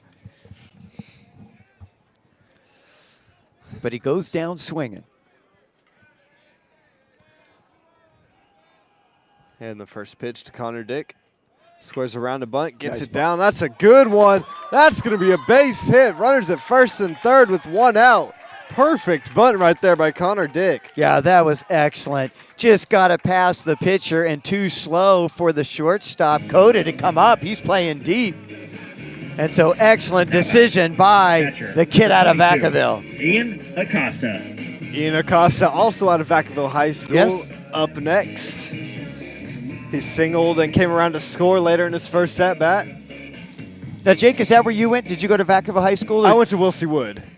Yeah, I played baseball with a lot of the people who played at Vaca High, Wood, and Vanden also. So all three of our schools in Vacaville, I know a lot of the kids on those teams still.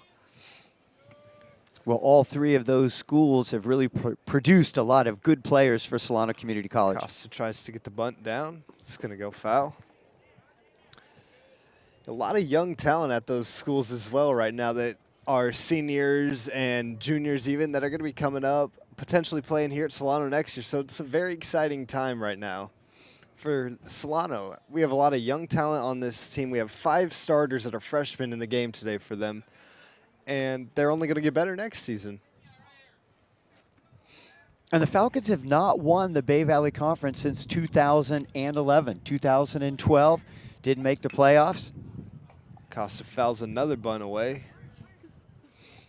2013, they finished, I believe, third, either third or second. I know Marin won the Bay Valley Conference, and then the Falcons actually played Marin in round 1 of the playoffs, beat them in just a thrilling playoff series, and then went on to the Super Regionals, and then 2014, kind of a down year for the Falcons. So Falcons looking to get back on top of the Bay Valley Conference. And what better time than right now for the Falcons? They definitely have the team to do it. 1-2 now the count to Ian Acosta. And it seems really like this year, the biggest players, aside from Rubalcaba, are all freshmen. Joey Dodson, Garland Webster, Josh Lenny. All 3 of those guys are all freshmen, guys that are going to be big pieces to this team for the rest of the season and all of next year as well. And they're already what I would call impact players. They're making an impact in just about every game. They're doing something, whether it be with the glove, whether it be at the plate, or even running the bases, especially with Dodson. Guys who can do it all. Costa pokes that, and that's going to be a double play to end the bottom of the 4th inning. So Falcons strike for 1, 4-0 our score now.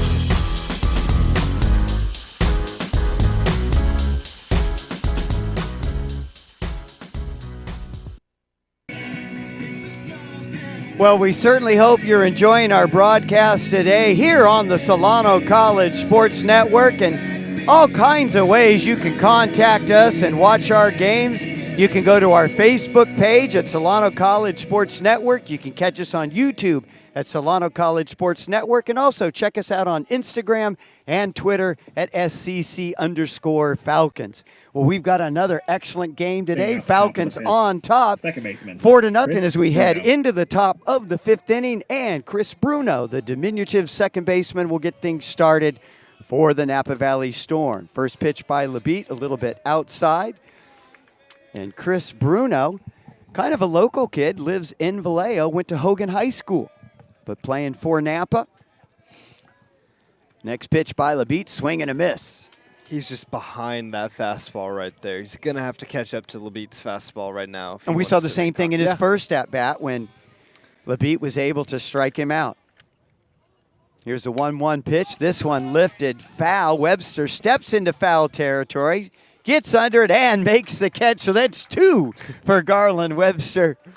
2 for 1 today on those pop-ups over there. You're getting better and better each time, the freshman out of Armio. Also no win this time, so that probably helps. Makes it a little bit easier. Yeah, he really had to fight the win on that first one. So 1 up, 1 retired. Now we go back to the top of the lineup. Andrew Wheat, the center fielder, steps up. He'll be followed by Sam Davison. Here's the pitch by Labitte. Inside corner for a strike. So another good pitch by Labitte. He's just been working the corners today, and it's been paying off for him. Something great to watch him, how he's throwing right now. It's just magical. That pitch outside for a ball. Yeah, it's been really nice watching both these kids pitch with Fernandez for Napa, Labitte. 2 completely different styles, but 2 excellent pitchers for their respective squads. That one popped up behind us, out of play, and we are getting some action in the Napa Valley bullpen. And, you know, ever since Fernandez pitched that no-hitter on the 5th of March, he's struggled. He lost to Napa 15-0 in his next start. Also had 1 inning of relief, gave up a couple hits in that game. So that one in the dirt. That'll even the count at 2 balls, 2 strikes. 1 out here, top of the 5th. Falcons up 4-0 here on the Solano College Sports Network. There you have a good shot of Labitte from our center field camera. And here's the pitch, and that's ripped back up the box, out into center field. And so a 1-out single by Andrew Wheat. Good piece of hitting right there. Just didn't try to do too much with it, just drove it right back up the middle. First baseman, Sam Davison. And so Napa still scoreless in this game. We're in the 5th inning, but trying to get something going here. Leadoff runner aboard, and now Sam Davison comes up to the plate. Started the game hitting over 400.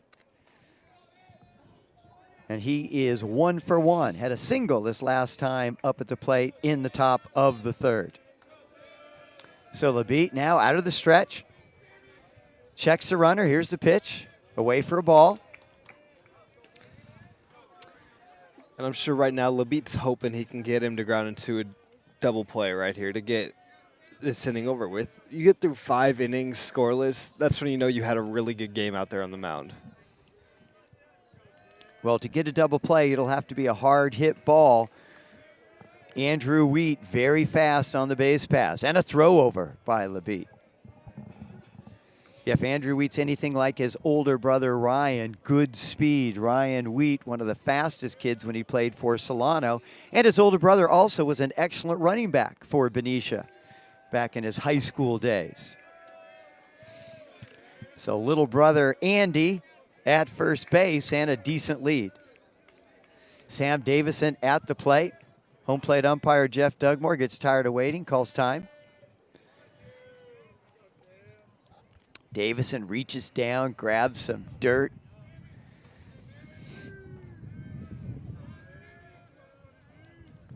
And now we're ready. And here's the pitch. Takes a little off that one, inside. So now 2 balls, no strikes, and one of the few times that Labitte has been behind in the count. Yeah, he's been getting ahead with the first pitch fastball, dropping off a big curve. He's just done everything to keep these batters off balance today.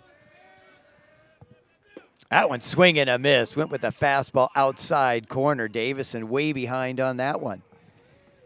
Yeah, and Labitte, not like Fernandez. He's not overpowering, but excellent command of his pitches. He's given up 6 hits in 5 innings, but he's been in control out there on the mound. He's scattered those 6 hits as well. It hasn't been 2 hits here, 2 hits there. It's been a hit and inning. Throw down by Acosta, close, but Wheat able to get back just in time.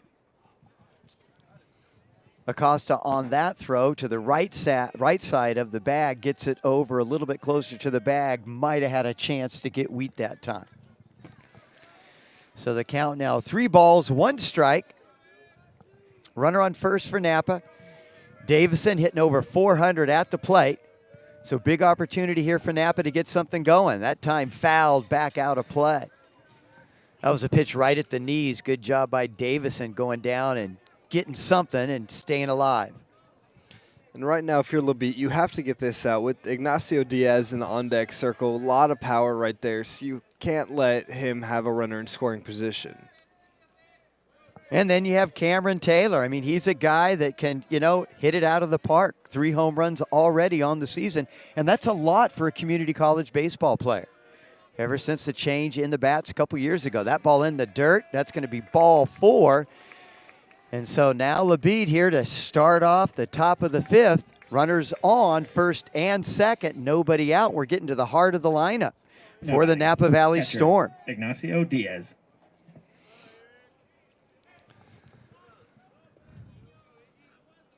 Costa's going out there and just telling Labitte, just calm down, let's get this out, 1 out at a time. You don't have to try to do too much and do everything right now. And now Coach Stover, he's going to take a trip out to the mound. Nobody up in the Solano bullpen, so we'll probably see a couple guys get down there in a hurry. And Stover, he's probably going to take his time out here, let someone get down to the bullpen. It looks like Adam Coates is trotting down there. It sure would be nice to see him pick up a mitt, but he might just be going down there to keep track of pitches. We'll see. Also saw David Hostler headed down there as well. Yeah, Hostler's probably going to be the guy, and he's usually one of the first guys out of the pen, and he's been solid this year. So lefty and a righty warming up for the Falcons. It's just a righty is warming up for Napa. Yeah, Coates has his glove, so yeah, he's warming up. That's a good sign for the Falcons. It's a very good sign. When you have a closer that's that dominant, can give you more than 1 inning like we've talked about earlier in the broadcast. That's something that is special that you don't see very often. Yeah, and with him being out, because he's a guy when he comes in, we talked about this before, he's not just going to pitch an inning. He'll go 2, 3, 4 innings. And so that's actually put a little bit more pressure on some of the other guys in the bullpen, pitching a little bit more than maybe they're used to. So nice to see Coates warming up. That pitch in the dirt. And so Ignacio Diaz stands in. Davison at first via the walk. Andrew Wheat with excellent speed at second. Nobody out here. Top of the fifth. Falcons up 4-0.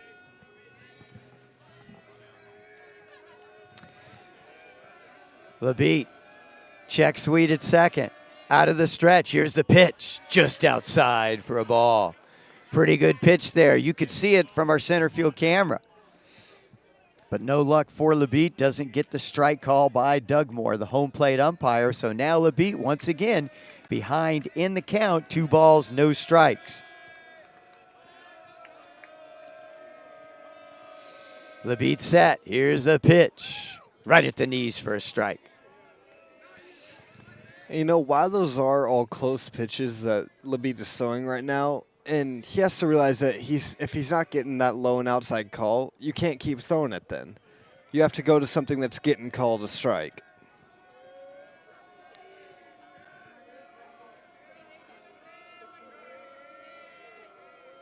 Two-one pitch by LeBeat. And it's hit into center field. It's hit deep. Dodson going back. He's under it, and he's going to make the catch. And Andrew Wheat's going to scamper to third. Davison, he'll hold at first. So now runners on the corners with one out and strolling up to the plate. Probably the best power hitter for the Napa Valley Storm. Big Cameron Taylor coming up with 23 runs batted in on the season and 3 home runs. So you got the guy at the plate you probably want in this situation. Right now, there's no one better up at the plate for Napa than this. The guy who's got 3 home runs, looking to pick up his 29th RBI on the year. That's crazy. 29 RBIs from a community college is not something you're used to seeing. Yeah, and just a little over the halfway mark in the season. So, I mean, this kid could get up to 6, 7, maybe 8 bombs. That pitch just outside for a ball. So LeBeat doesn't seem to be getting the calls on the corners that he was getting earlier. Maybe as the later innings start to roll around, the umpire shrinks his zone a little bit for both teams. Getting hungry. Oh, probably. Working out here. All right, LeBeat set. Here you can see the action from our center field camera. There's a pitch, breaking ball over for a strike. That was a beautiful pitch by LeBeat, and he needed one. Evens the count at 1 ball, 1 strike. And that curveball's been excellent so far for LeBeat today. Just getting on top of it, getting a lot of late movement on it as well. So we've had 2 fly balls in the inning, a pop-up to Webster, 1 hit deep to Joey Dodson, and a single and a base hit in between. Swing and a miss. And I should say a single and a walk in between. Big swing by Taylor comes up empty. And so now LeBeat ahead in the count. 1 ball, 2 strikes. Big pitch right here. He'd like to get out of this inning right now unscathed, especially with Andrew Wheat standing at third. This is a big out for LeBeat right here. So LeBeat ready. And here's the pitch outside for a ball. Good pitch by LeBeat, working the outside part of the plate, trying to see if he could get Taylor fishing on that one. Taylor says nothing doing. Good take by the big designated hitter. Cameron Taylor, sophomore from Stockton, went to Bear Creek High School. Big opportunity for Mr. Taylor and the Napa Valley Storm right here. Takes a little off that one, and Taylor's going to foul this one out of play via the first base side of play. There you get a look at the Napa Valley Storm dugout. See one of the guys there had his rally cap on, then decided maybe it's a little too early, took it off. And yeah, it's only the top of the 5th inning. I wouldn't if I were them. A little premature maybe. Yeah. All right, LeBeat set. 2-2 pitch, 2 outs. Here's the pitch, and it's ripped, but Rubacaba gets under his glove, out into, and it gets by Pavlovsky. And so Weed, of course, scampers home, but that allows Davison to get all the way to third. And so that would have been a tough chance for Rubacaba. I think that'll go as a base hit, but then the ball gets by Pavlovsky and allows Davison to get to third. Now batting, third baseman. So Napa on the board. Runners still at the corners. And an RBI base hit give Mr. Taylor 24 on the season. I think that's second in the Bay Valley Conference. 24 RBIs. Wow. And we're only about halfway done, too. So now Cole Chait up at the plate, grounded out to Rubalcaba in the second, struck out against Labitte in the fourth, hitting .217 on the season. That pitch outside, way outside. And so that'll be ball one. 1 ball, no strikes here.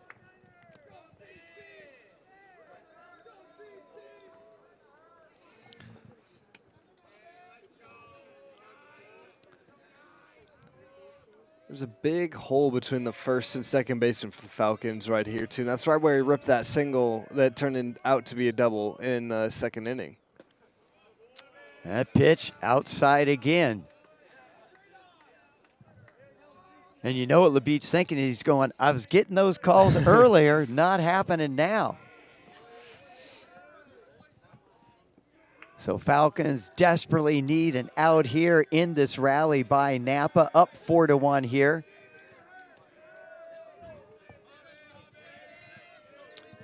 Labitte said, here's the pitch to Chait. And that one catches the outside corner. That one looked a little bit low, but Labitte gets the strike call from Doug Moore. It might just be a gimme call right there. After not giving him maybe a couple calls he thinking back on it should have been called. That's just, here you go. Sorry about that. And Labitte says, I'll take it. I will gladly take it. Give it to me again. So if Cole Chait keeps the inning alive, Austin Fitzpatrick, the right fielder, in the on-deck circle for the Napa Valley Storm. Here comes a pitch, and this one's lifted into right field. Evans going over and dive. Can't make the catch. Foul ball, so everybody will go back. Nice effort by the sophomore out of Rodriguez. Actually made a dive, got his mitt on the ball, just couldn't secure it as he tumbled to the ground. That's a tough play for Evans to make right there. And thankfully it wasn't foul ground, so it's not the end of the world if he doesn't make it. And it was slicing away from him as well. As you're going, I think I'm getting there, I think I'm getting, it just keeps going away. Good effort, though, by Evans. Would have been a huge play, though, if he makes that catch for the Falcons, get him out of this inning. All right, deuces wild. Here's the pitch, and this one's hit to Rubalcaba. He's got it. He's just going to flip to Lenny, and that will do it, but not before Napa finally on the board at the end of 4.5 innings of play. Falcons up over the Napa Valley Storm, 4-1.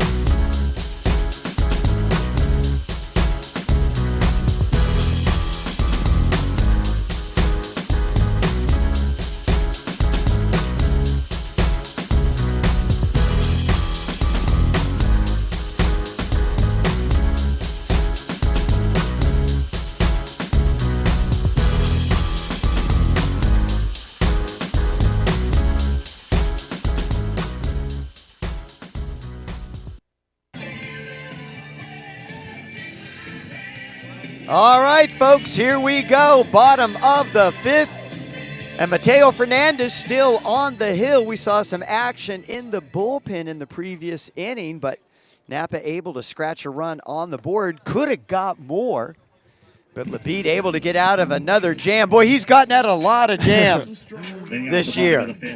And so now Joey Dodson getting things started for the Falcons. He'll be followed by Josh Lenny and then Alvaro Rubalcaba. And that last ball that was hit at Rubalcaba in the top of the fifth inning, that's not an easy play to make, but he's not going to make two mistakes like that in one game. Yeah, stayed with it, made the flip to Lenny, got him out of the inning. Here's a pitch by Fernandez. Dodson lays down a bunt. Fernandez gets over there, makes a better throw this time, and he just barely gets the speedy Dodson, even though the Solano fans are not happy with that call. A lot of displeasure from the Falcons fans right here over some calls that LeBeat's getting and that play right there. Good job, though, by Dodson to just barely not being able to make that out. And that was a nice play by Fernandez. Actually fielded it on the run, little spin move, and a more accurate throw that time beats Dodson. So Lenny steps in. He's going to face Fernandez, breaking ball, and that's over for a strike. Looked a little bit low, might have got over the knees before it dipped down, but certainly Coach Stover doesn't think so. And nor do the fans here either. It seems like every call they're having something to say. And that's hit by Lenny. Bruno goes over. He's able to get it, but no chance to make the throw to get the speedy Lenny. So Lenny infield hit there. Now batting. Yeah, Bruno just too much momentum going towards the ball by the time he was able to secure it. Just no chance to stop, plant, and get anything on that throw. I think the only person who can make a play like that is named Derek Jeter. So Lenny at first. Rubalcaba takes the first pitch, a little bit outside for a ball. A good eye right there by Rubalcaba, not to try to do too much with that. The right fielder's not playing too close to the line, so he might try to shoot something right over there, get a double out of it.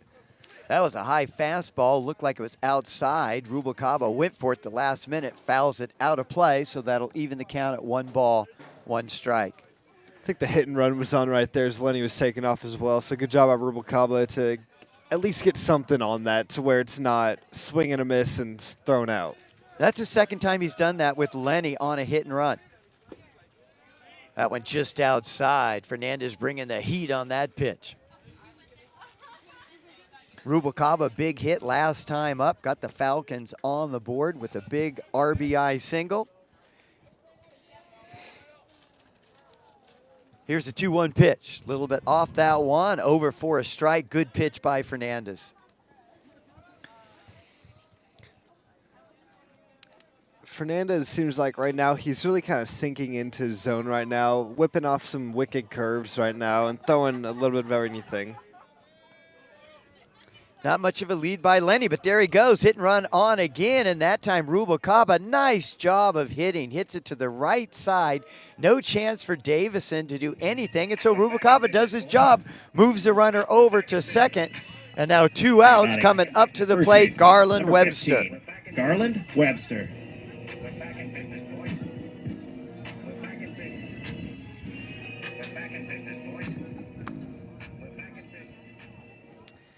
So Webster, base hit RBI last time up at the plate, 1 for 1 in the game.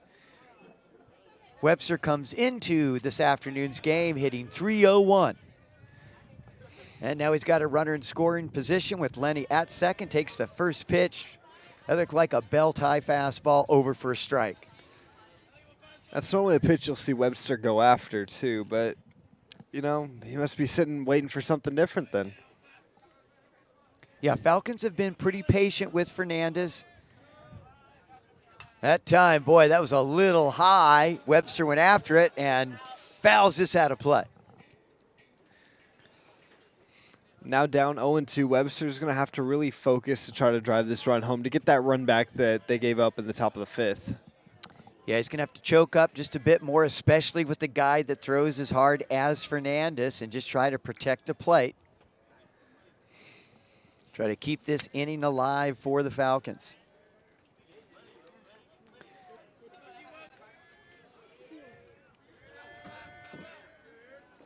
Fernandez out of the stretch. Big lead by Rubalcaba. Breaking ball. Good job by Webster to stay alive. Gets it. It's going to be a tough play, and that time Fernandez just ate the ball. He's asking home plate umpire Doug Moore if that ball went foul. But Fernandez not very persuasive, and the reason why, ball wasn't foul, son. Maybe he needs to take one of your classes. Yeah. So now You've got runners on first and second. Lenny actually stayed at second. Coach Stover having a chat with Darian Evans, and now that little meeting through.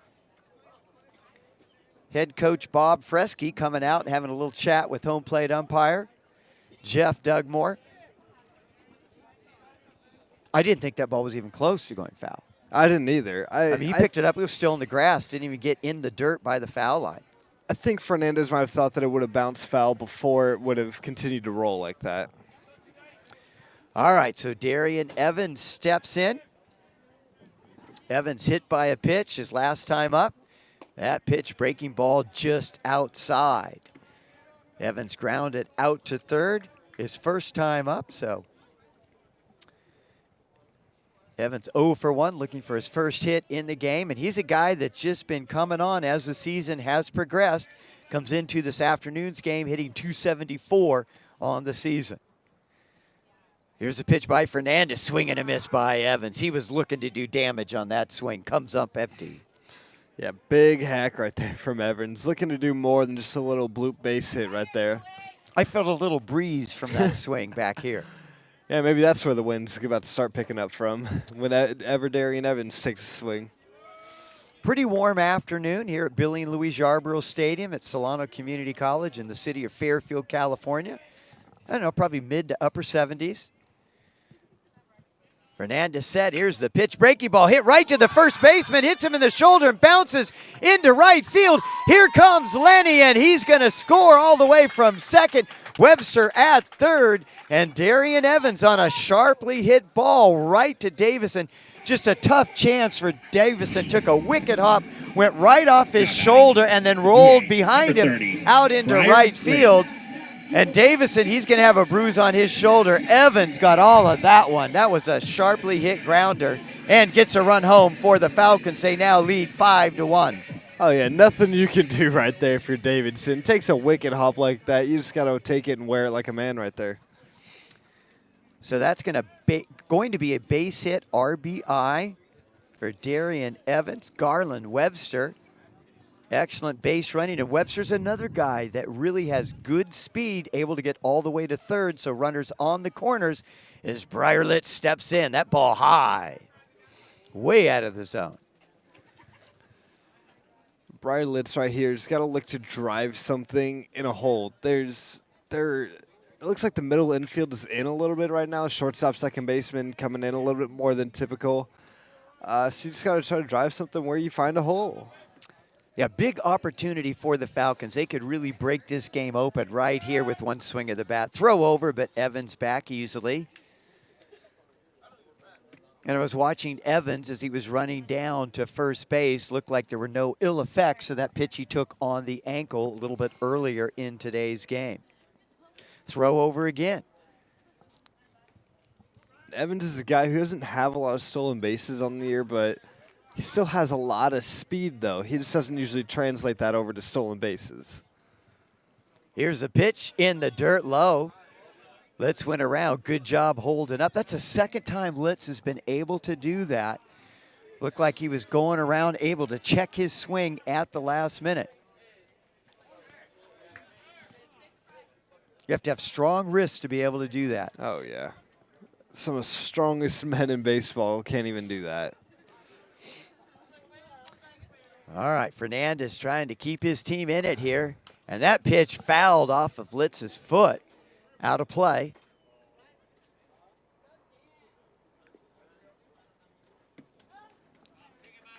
And so Litz, another pretty good battle here against Fernandez. Litz had that RBI double back in the fourth. Flied out to center field in the second. So Litz, 1 for 2 with an RBI, can add to that right here. That pitch inside. A good at-bat right here for Litz. Not swinging at anything. That pitch a little inside. The one before that, a nice pitch. But he's not going to sit up there and chase balls out there. And an opportunity for the Falcons. They might try to run that play again where Evans takes off like he's running, and you got Webster with good speed at third. That pitch a little bit high for a ball. So now bases are full, and strolling up to the plate, big Jacob Pavlovsky.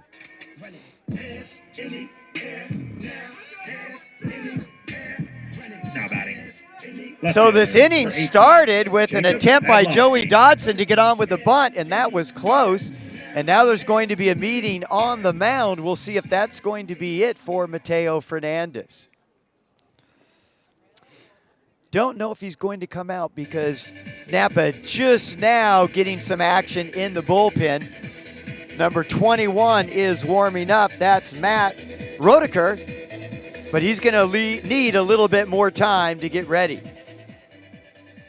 So Pavlovsky 0 for 2, grounded back to the pitcher, back in the second, and struck out swinging in the fourth against Fernandez. Pavlovsky's got to come up here. Hasn't done much up at the plate. Got to look to drive something right here. One swing of the bat right here can make up for all of that. Trying to drive something there, but comes up empty.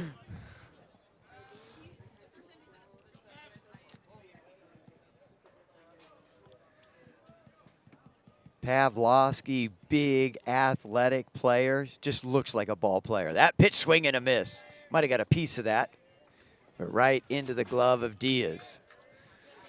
So Pavlovsky quickly in a hole. No balls, 2 strikes. Let's see if he chokes up a little bit, tries to protect the plate. Nope. He's going for it. All right, here's the pitch. That went way high.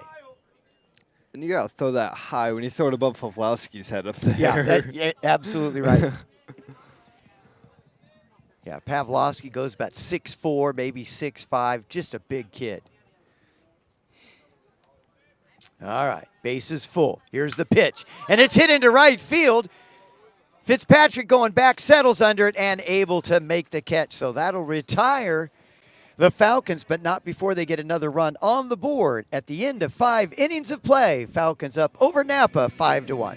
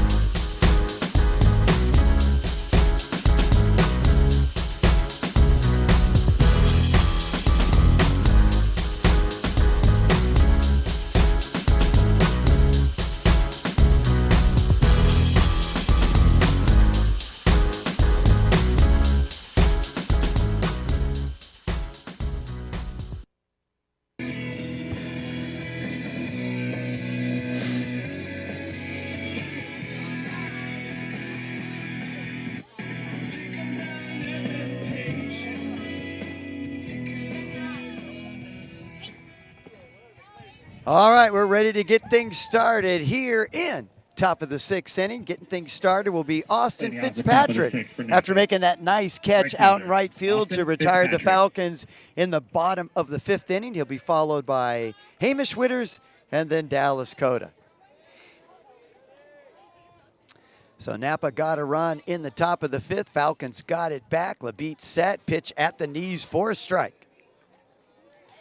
That's a good sign right there for Labite. Comes out after having a little trouble finding the strike zone in the last inning to fire his first pitch strike right there. Good job right there. Next pitch, a little bit outside, took a little off that breaking ball. And now, too, plenty of time for the Falcon bullpen to get ready. A couple guys throwing, still looks like Coates is down there, and David Hostler. Labite ready. That went outside for a ball, so that'll make the count 2 balls, 1 strike. Feels like the wind's picking up a bit, but hardly any movement with the flags out in left center field. Next pitch, just outside. Good job by Fitzpatrick. Looked like he was going to go around on that, thought better of it. Good decision.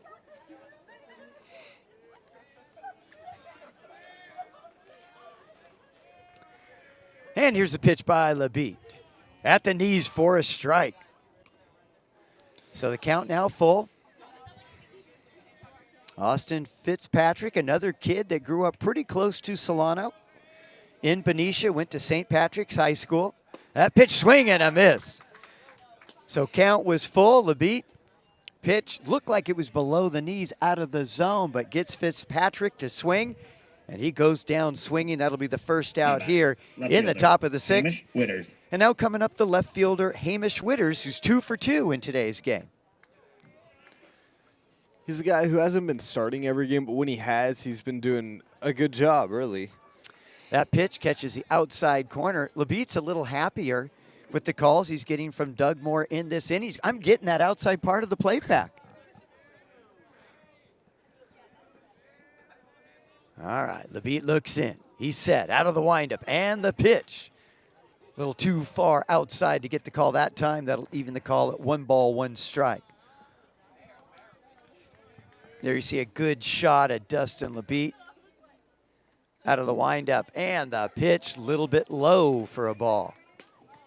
Hope you're enjoying our broadcast here on the Solano College Sports Network, your home for Solano Sports. Labitte set, next pitch. Outside corner for a strike. 2 balls, 2 strikes. He's just lived on that outside corner so far today, and even when he's not getting that call, he's still not afraid to back down from that. Let's see if he comes inside now on Witters with the 2-2 pitch. And this one's lifted into center field. Dodson's there. He's going to have to fight the sun, but settles under it and makes the catch. So 2 up, 2 down here. Top of the 6th, and now coming up, Dallas Cota, the shortstop. Now batting. Cota aboard Dallas via an Cota. error. I gave Connor Dick an error on that play. I know you gave him a hit. And flied out, actually a pop-up to Garland Webster back in the 4th. So Dallas Cota, 0 for 1, steps in. 2 outs here. Labitte set and the pitch, low and outside for a ball.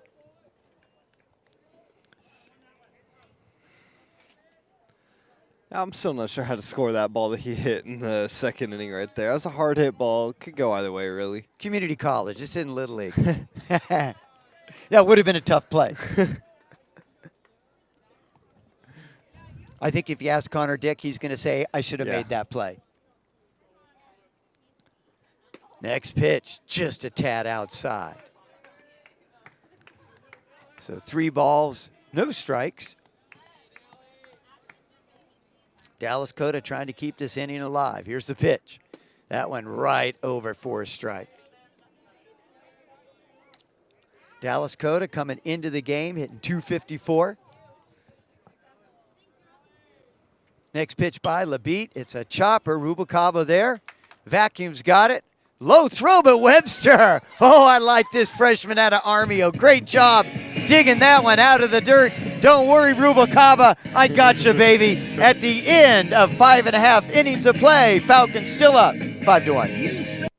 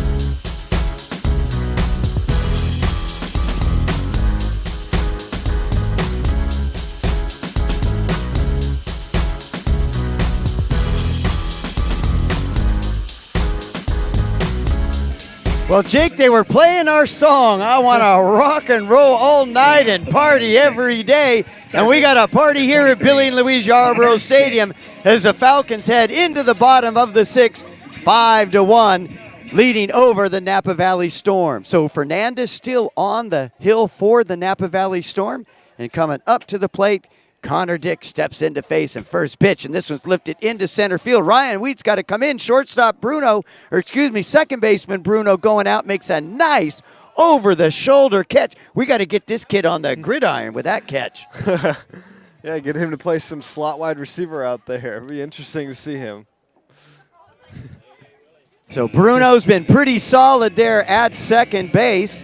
Goes out and makes a difficult catch look pretty easy. So that's the first out here in the bottom of the 6th, and now coming up to the plate, the catcher, Ian Acosta. So Ian Acosta, bunt single back in the 3rd, grounded into a double play to end the rally in the 4th. Acosta set, breaking ball in the dirt. Might have been a slider. Whatever it was, it's a ball. 1-0.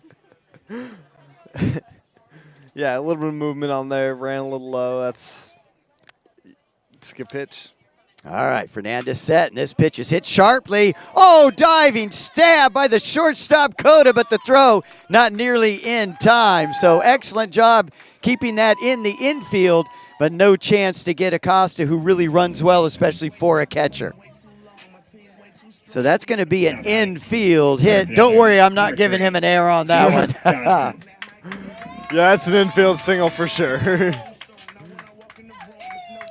So Joey D coming up to the plate. And after going 4 for 4 against the same Napa Valley Storm on Tuesday, Dodson 0 for 3 today. Close to getting on board last time up with that drag bunt signal.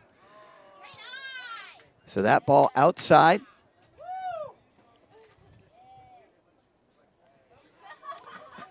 So Jake, I notice you're a little different today. You got a compass, freshly inked there on your arm.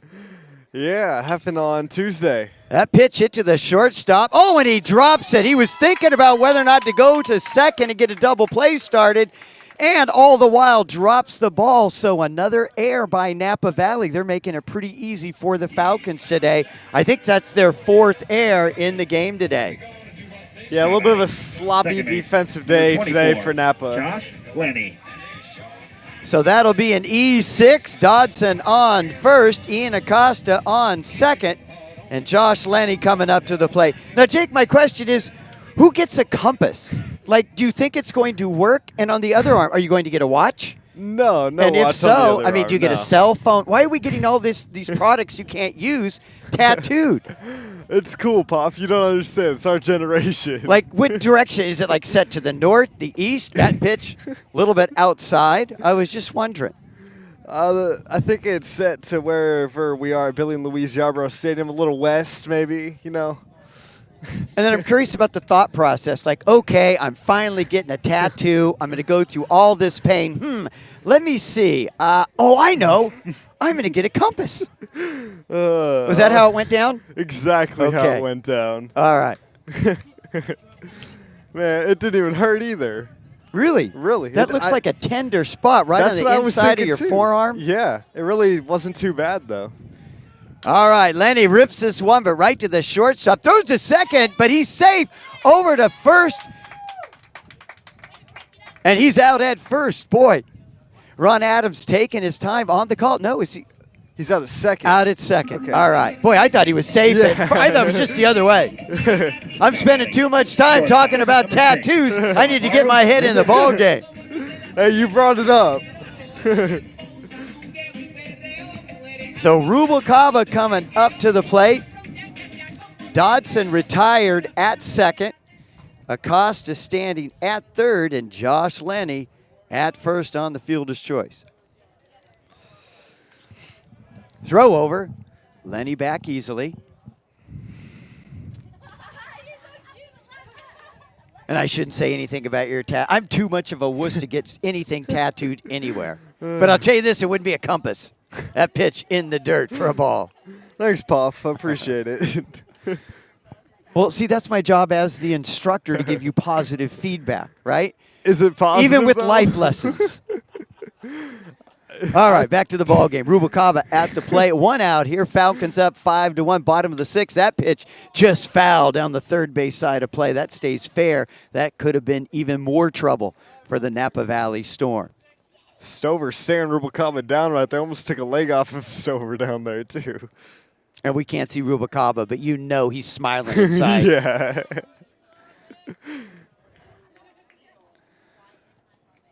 All right, so Fernandez set, pitching out of the stretch. Here's the pitch. Nice breaking ball there, catches the inside part of the plate. That curveball's really come on lately for Fernandez in this game. Wasn't using it too much to start off the game. Now we're in the later innings, starting to really use it more effectively. And he's really got good velocity even on his breaking ball.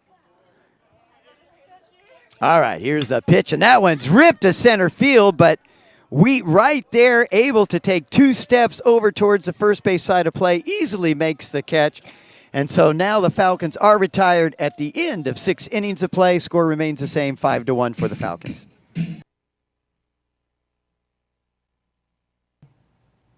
Hi, everybody. Greg Poff here in the Solano College Sports Network studios to tell you about a great opportunity here at Solano, where we're the only community college in the nation to have our own sports broadcasting program. So if you're interested in a career in sports broadcasting, Solano Community College is the place for you. And we offer students training in all aspects of sports broadcasting, whether it's behind the microphone, behind the camera, or learning to operate our state-of-the-art production equipment in our newly renovated television studio, or out in the field covering an actual live sports event for Solano Community College. At SCC, our sports broadcasting program is responsible for providing broadcasts of Solano sports teams and creating sports shows to be telecast on Fairfield's cable access Channel 28, as well as webcasts on our YouTube station at Solano College Sports Network. So if you're interested in taking one of our sports broadcasting courses, you will find them listed under Communication Studies in the SCC schedule of classes each and every semester. So come on over, check us out in our TV studio in room 121 on the main campus, where here at Solano Community College, it's more than just sports, it's an education. Cross court to Audrey Jones. Audrey for 3. And it's good! With 1.3 seconds left on the game clock. Audrey Jones with one of the biggest shots of the season. All right, it's top of the 7th inning here at Billy and Louise Yarbrough Stadium. 5-1 our score. Falcons up. Dustin LeBeat out for his 7th inning of work, as we have 9-1-2 due up for the Napa Valley Storms. It's going to be Chris Bruno, Andrew Wheat, and Sam Davidson. Now I'm joined in the broadcast booth with my new partner, Frankie. Yeah, what's going on? Just out here watching a good game today. Oh, man. yeah, man. Beautiful day for baseball. The first pitch from LeBeat. Just a little high inside, ball 1. You've seen a good game so far today. What have been some of the keys that you've seen so far? It's just putting pressure on Napa's defense for Solano, and that's all you can really ask for. They're doing a pretty good job, and you know, Dustin's one of those pitchers that's going to go out there and give it his all, and he's doing a great job. I mean, 7 innings deep, that's what you get. That's all you can ask for a starting pitcher. He's done a great job all year, really, with that. Yeah, yeah. Anytime you can that ball get deep skied out game. to left center. Looks like Dodson's going to be there to make the play, so that's 1 out. Yeah, he's been one of the leaders for this Falcons pitching staff so far this year. You know, under a 3 ERA. He's also 3-0. I mean, he's done everything that Coach Stover's asked him to do so far. Yeah. Speaking of Coach Stover, he looks like he's going to be making a pitching change as LeBeat gets the first out of the inning. It looks like it's Adam Coates there coming in the game. Here comes Coatesy. Great job by Dustin. So I believe this is Coates' first outing since being injured, if I'm not mistaken. Is that correct? Is this Coates' first time coming back out there since the injury? Yeah, I think it is, yeah. My bad, I didn't hear. can't hear too well at these. I got those big ears, but sometimes they don't work. Oh yeah, we got the music blasting right now, Looking for a good finish to this game so far. Adam Coates having a stellar year so far. It's a .51 ERA, 3 saves on the year with 2 losses. Yeah, he's one of those, he's one of those power lefties, and he's got that nasty breaking stuff, and when he's up there, he's in the zone. He's in the zone, and he knows his job, and he's got defense behind him, and ground balls are best friends for pitchers. Oh yeah, and they have a very strong defense out there so far today. Oh, yeah. We've seen Alvaro make a couple of stud plays. Josh Lenny out there at second also. Those are just things you start to expect from this Falcons team. Good defense and good pitching. Yeah, definitely. Top of the 7th inning here. 5-1 our score. I think it's time for a little station identification as we are out here on the Solano College Sports Network. Find us on our YouTube channel at youtube.com/Solano College Sports Network. It's going to be Andrew Wheat now up at the plate. Now pitching for Solano. Number 9. 1 for Adam 3 on the day Coates. with a single and a run scored.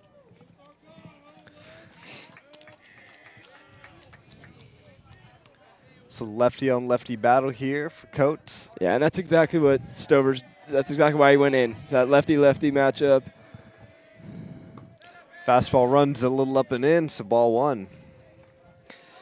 And Coates is very explosive from the left, with a left-handed pitcher too. Coming out of the bullpen, you don't see that very often. Right there for strike 1. Yeah, he's definitely one of those guys that looks to get ahead and stay ahead. He uses that fastball of his, that hard fastball, a little bit of a slider and a big curve as well. Speaking of the big curves, that's going to be a base hit. Connor Dick just couldn't get on there. That's actually going to end up being a double. So nice piece of base running there by Andrew Wheat to end up at second base here with only 1 out. Now batting, first baseman, Sam Davison. Now we just got to keep him there. Up at the plate. We just got to keep him on second. That's something Coach does very well. He keeps runners close and honest over there at second or first, and he's not going to let you get over on him too often. Yeah. And the first pitch, high and away, ball 1. He's got to locate that fastball.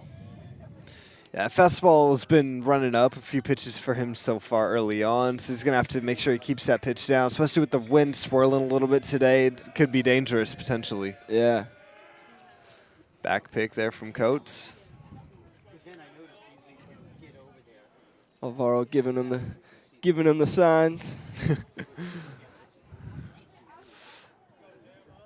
Coates staring down the sign from Ian Acosta. Comes set. Just a look back. Kicks. Fires. Fouled back. 1-1. Tell you, it must be rough. I feel bad for the pitchers. They always got to go get those foul balls, Yes, when the bullpen pitchers have to always go chase them down. I know there's a lot of ground out here that's past the fences at Billy and Louise Yarborough Stadium. Oh, yeah. It can be difficult to find those foul balls, I'm sure. That's rocketed. Got that creep. Nice play by Connor Dick to keep in front of him, and then he loses control of the ball. Just going to eat it, so that's going to be runners at first and second here with 1 out.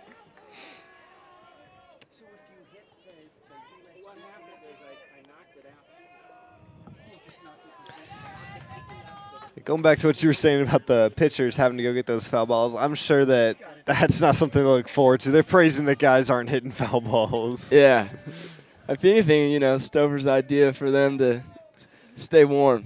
Go chase down the ball. Come back, you might get in the game. Run a couple laps, keep you warm for when we need you later. And the pitch. That's rocketed right back up the middle at Coates. That's going to be single, and going to have the bases loaded here with 1 out as that's cut off by Garland Webster. Now with the big man up at the plate, Cameron Taylor. Looking to do some damage here as he is Napa's top RBI leader. Also has 3 home runs on the year, so This is a big out right here for Adam Coates. If he can get him to ground into double play, get out of this inning scotch-free, that's got to be the goal right here. Yeah, ground ball right here will do it. 1 pitch away. Fastball right at the knees for strike one. It's a perfect location for a first pitch fastball right there.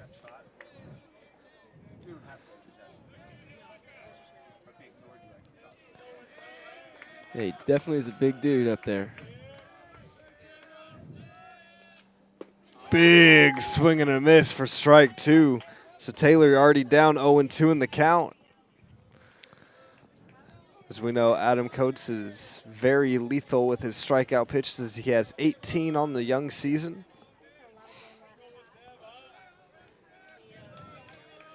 Comes set, kicks, fires. Just a bit outside, close pitch, ball one. I'll tell you what, that's got to be right on the outside of the black on the plate, man. That's a good pitch. That's what I'm thinking. That pitch that him and LeBeat was thrown earlier, that can't be missing by much up there. It's just a small adjustment. That pitch is fouled back. Count will remain at 1-2. Yeah, you know you always try to pitch around those big guys, and that's about as close as you can get from pitching away from him. Oh, yeah. You got a low and away fastball is one of the hardest pitches to hit, especially as a big power hitter like Taylor is up at the plate. You want to get something in your zone, mid to upper, and drive something, really. Yeah. There it is. Strike three. Nice pitch right there by Adam Coates to get the second out of the inning. So that's going to bring up the third baseman, Cole Che. Yeah, that's a big backwards K right there for Coatesy. That's a good one. That's a big out right there. Huge right there. Because now you don't need to get a double play ball right here, too. If you are going to get a ground ball, it can be a simple grounder right back at you. You don't have to worry about trying to move too fast and get two. Yeah. A little comfort.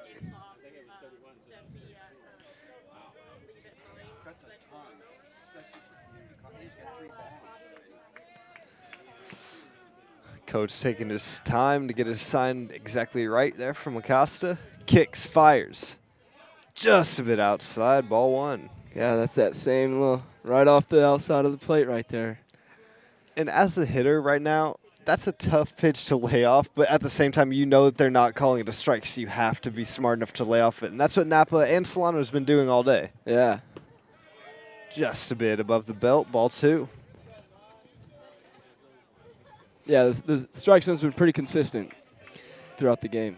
It seems like he's shrunk it down a little bit after Solano put up the 3 runs in the third inning as well, but overall he's been consistent both ways. The Falcons are getting the same calls. As that's hit out to Rubalcaba at short. It's going to go the short way to Lenny at second. And 5-1's our score as we head into the bottom of the 7th inning. Falcons still on top.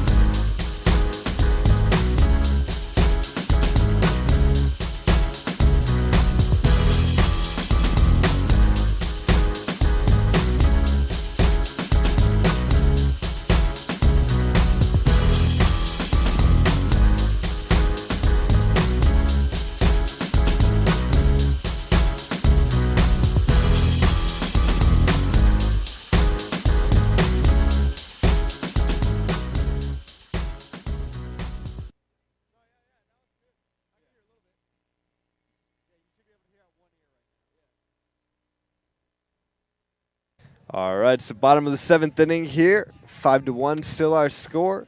As we have Garland Webster, Darian Evans, and Briar Litz due up at the plate. As we also have a new pitcher here for Napa, as it's Matt Rodiker up at the plate, the sophomore pitcher.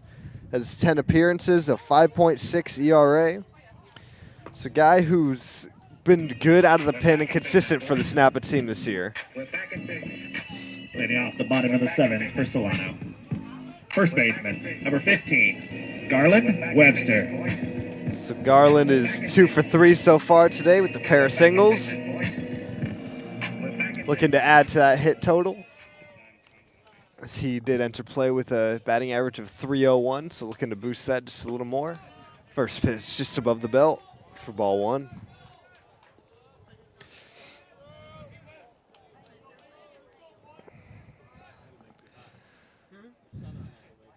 And the pitch just a bit high again, so 2-0. Good eye here by Garland Webster to start off the at-bat. Yeah, we're just looking to get some insurance runs now. A little deeper in the ball game. Again, that runs high, so a quick 3-0 here to Garland Webster. He's going to be looking for one pitch and one pitch only. Yeah, he's probably getting the take here. I'd be surprised if he did take a swing right here. That ball runs high again, so a 4-pitch walk to lead off the inning for the Falcons as Darian Evans is now up at the plate. I'll tell you, as a pitcher, you can't be leaving stuff up like that. I mean, luckily that was a 3-0 count. You're going to take that no matter what. But it's going to be trouble, though, if he keeps slimming it up like that. I mean, any other count, yeah, big dude's unloading on that pitch. Especially right now, you're at the part of the Falcons lineup where we've got a lot of power with Evans, Litz, and Jacob Pawlowski as well. All guys who can drive the ball. Yeah. Darian squares around to show bunt before he even comes set. So I think we all know what's going on right here. Coach Stover's favorite thing to do, bunt with the leadoff runner on. Throw over to first base. Yeah, just looking to get that guy in scoring position. That's something that Coach Stover always does. You don't see a runner on first with nobody out and the next batter not trying to bunt with the Falcons, no matter who it is. That ball runs high. Ball 1. God, I'll tell you what, he's leaving them all up. It seems like Rodiker is just not getting down on his pitches enough. He's leaving his release points just a little high, and he's going to have to start forcing the ball down more if he's going to want to be successful. Start finishing.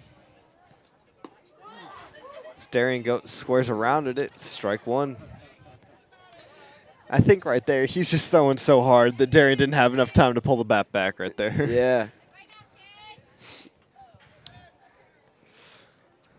And especially for a guy who probably doesn't want to bunt here in this situation. But the throw over there. Garland's back just in time. But hey, you never know. He did try rolling down a drag earlier in the game. So seems like sometimes he wants to bunt, sometimes he wants to swing away. You never know which it is. As Darian gets down a good one right here. It's a little bit of a high chopper. It's a good sacrifice bunt right there for Darian Evans. As Webster's going to move over to second base. 1 out. Briar Litz up at the plate. It's a designated hitter, number 30, Briar. Yeah, now Briar's just going to be looking for something elevated, something to drive out there in the outfield. Gap-to-gap hitter he is. Looking to pick up this RBI right here for sure. Oh, yeah. And he's a guy who, when he finds a gap, that's his gap. He's going to try to hit it right in the left center field gap or the right center field gap and stay there. He wears the first pitch. So he sees one pitch and gets hit by it, as we have runners at first and second now for Jacob Pawlowski.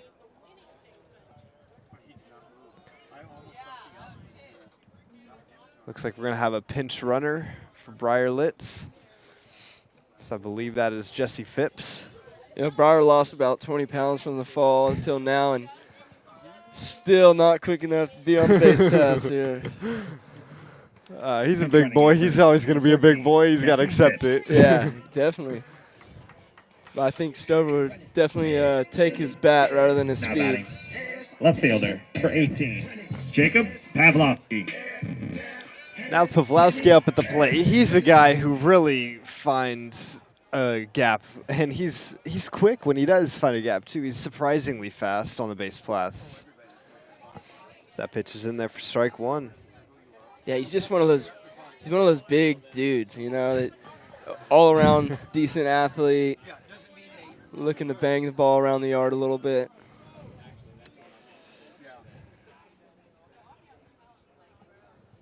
No one to Pawlowski. Curveball in there for strike 2, so he's quickly down 0-2. We've seen Pawlowski been down in the count early today, so he's going to need to battle back and get a pitch he can drive right here. Yeah, now it's just about staying short and staying with the middle here. And the 0-2. Curveball in there for strike 3. Good curveball right there. So Pawlowski strikes out for the second time today. Connor Dick now up at the plate. Connor Dick 1 for 2 on the day today. Also scored a run in the third inning. Dick. Yeah, now you just got to drive one over that second baseman's head and get the job done. Connor Dick, a guy who doesn't get a whole lot of playing time, but someone who's going to start to see more and more of it the more consistently he starts to play like he's done today. Yeah, for sure. Definitely a guy who grinds. Real solid defensive third baseman. Had a couple tough hops over there at third today so far. Yeah, you know, that's why they call it the... See ins and outs, that's second base. Bruno throws across, and that's going to be 3 outs as we head into the top of the 8th inning. 5-1 still our score. Hello, my name is Eric Visser. I'm the Director of Athletics of Solano College Athletics. I want to congratulate our student athletes, our coaches, our staff, and especially our fans for another outstanding season of Solano College Athletics.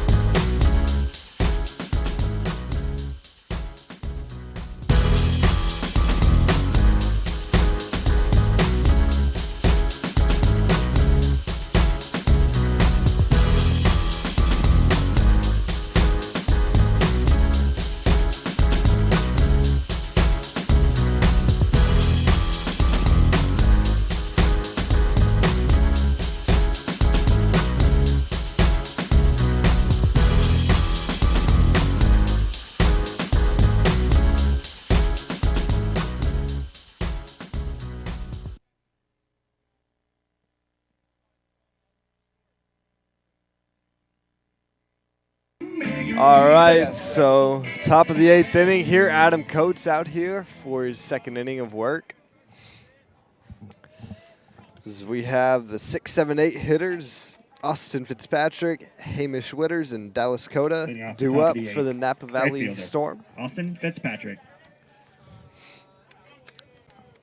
Fitzpatrick, he is 0 for 3 so far on the day with a couple of strikeouts and a fielder's choice.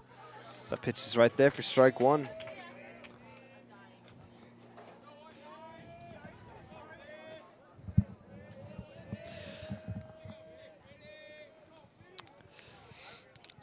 Coates comes set, kicks, fires, swing and a miss, strike 2.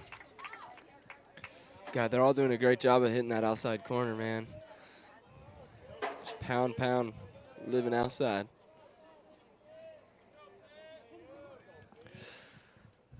And the pitch fouled back, so count stays at 0-2. And Coates is coming out firing so far since coming out of the bullpen. Had a little bit of trouble so far, but nothing too serious, you know. He's just been out there doing his thing and getting outs any way he can. Yeah, he's just looking to get Fitzpatrick over 4 today. 1-2 now the count after that pitch ran a little high.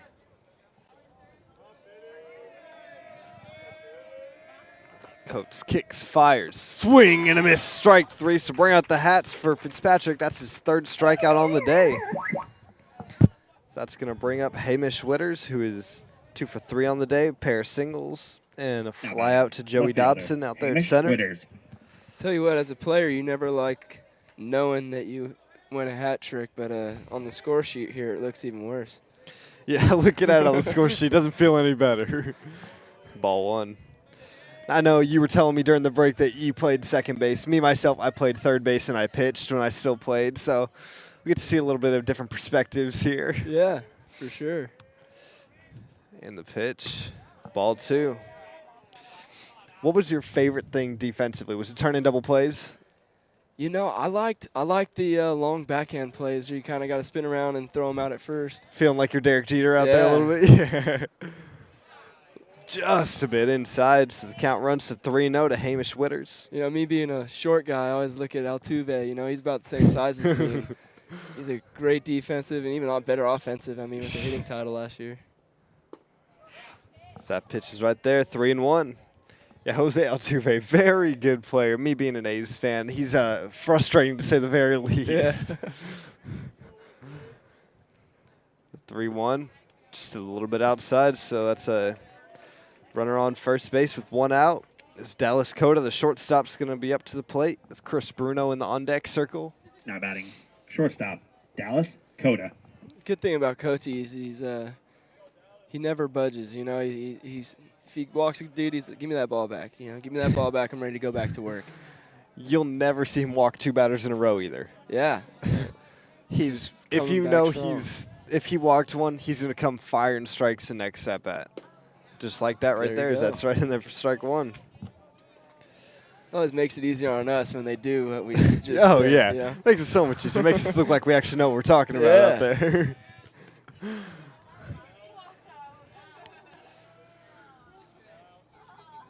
Coach comes set, gives a look over to first, kicks, fires. It's grounded foul. It's on the first baseline. 0-2 now the count to Dallas Cota.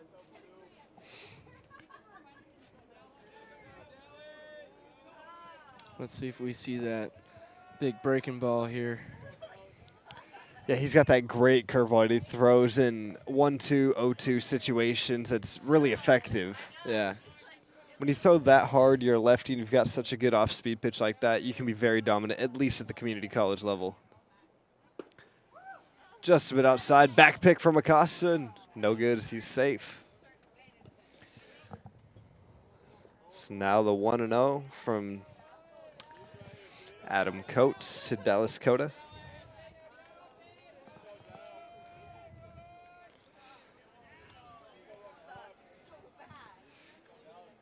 Kicks, fires. Chopper back up to Rubalcaba. Rubalcaba takes it himself, throws across. That's a 6-3 double play. As we're headed to the bottom of the 8th. 5-1 still our score.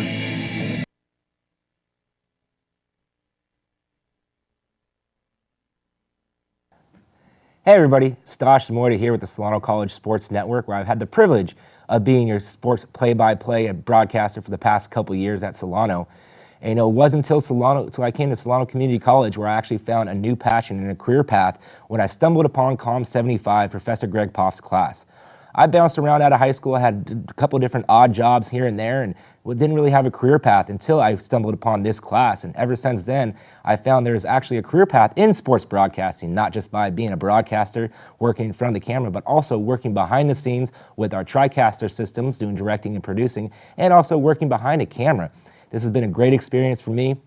Found me a career path which I was lost, and now I am found. And it all thanks to COM 75 and here at the Solano College Sports Network.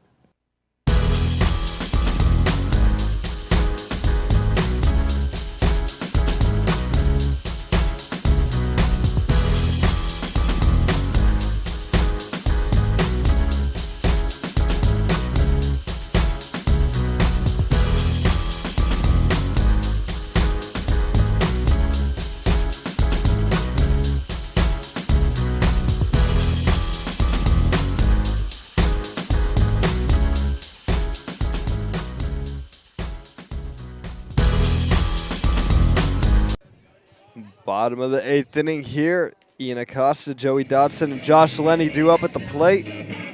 Acosta 2 for 3 today with the pair of singles and grounded into a 4-6-3 double play. Ian Acosta.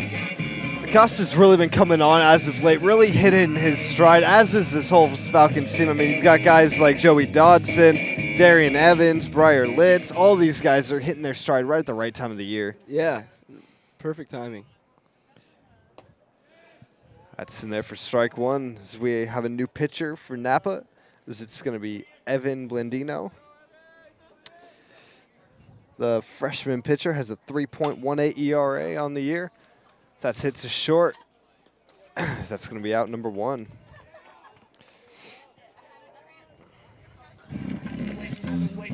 So now Joey Dodson comes up to the plate. Now batting. Center fielder. 0 for 4 so far on the day. Dodson. Did reach on an error in the 6th inning.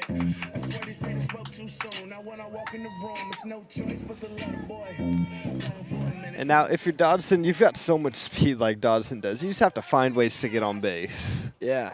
Big curveball. Just doesn't get down on it enough. Ball one. Well, it definitely won't be by swinging at one of those curveballs. Yeah, curveballs is not his pitch. He's a fastball hitter, to say the very least about him. He's a guy who likes to drive the ball to the opposite field and find that gap, specifically between the first baseman and second baseman. Yeah, you know, he's one of those. He's not gonna pound one out there. Guide out to center. Wheat there to make the play. Quickly, that's 2 outs.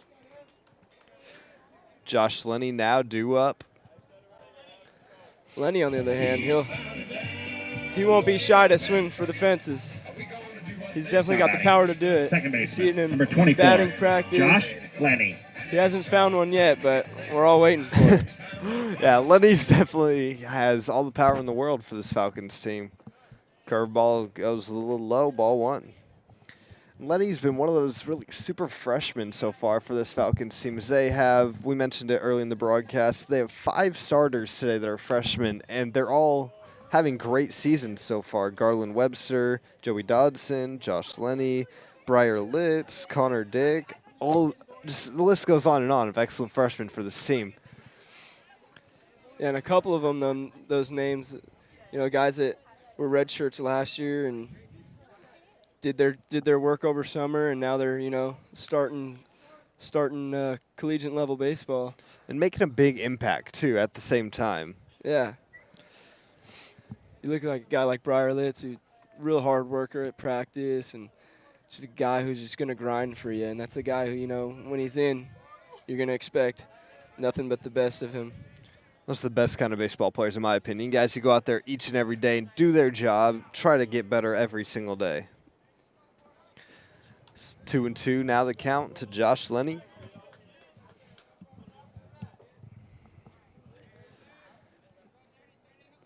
Pitch. Curveball got underneath it a bit. Is that skied out to Andrew Wheat there in center field? As that's going to be 3 up, 3 down as we head into the top of the 9th inning. 5-1, still our score. My name is Jesse Branch. We want to thank you for watching the Solano College Sports Network.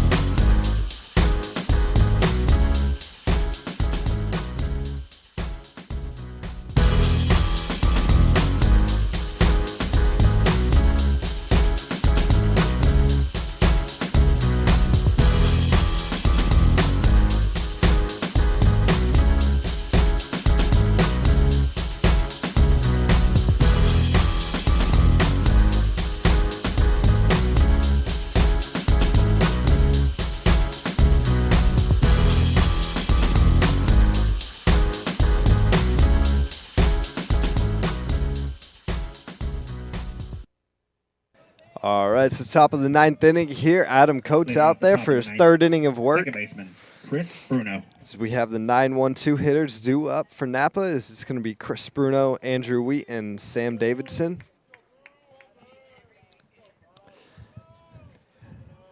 Now Coates comes set. There for strike one.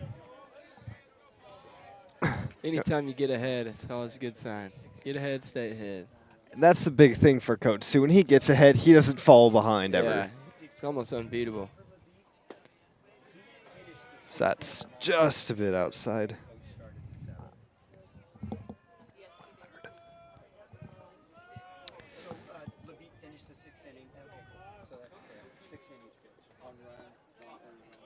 And that's in there for strike two. So 1-2 now the count. Let's see what he comes with here.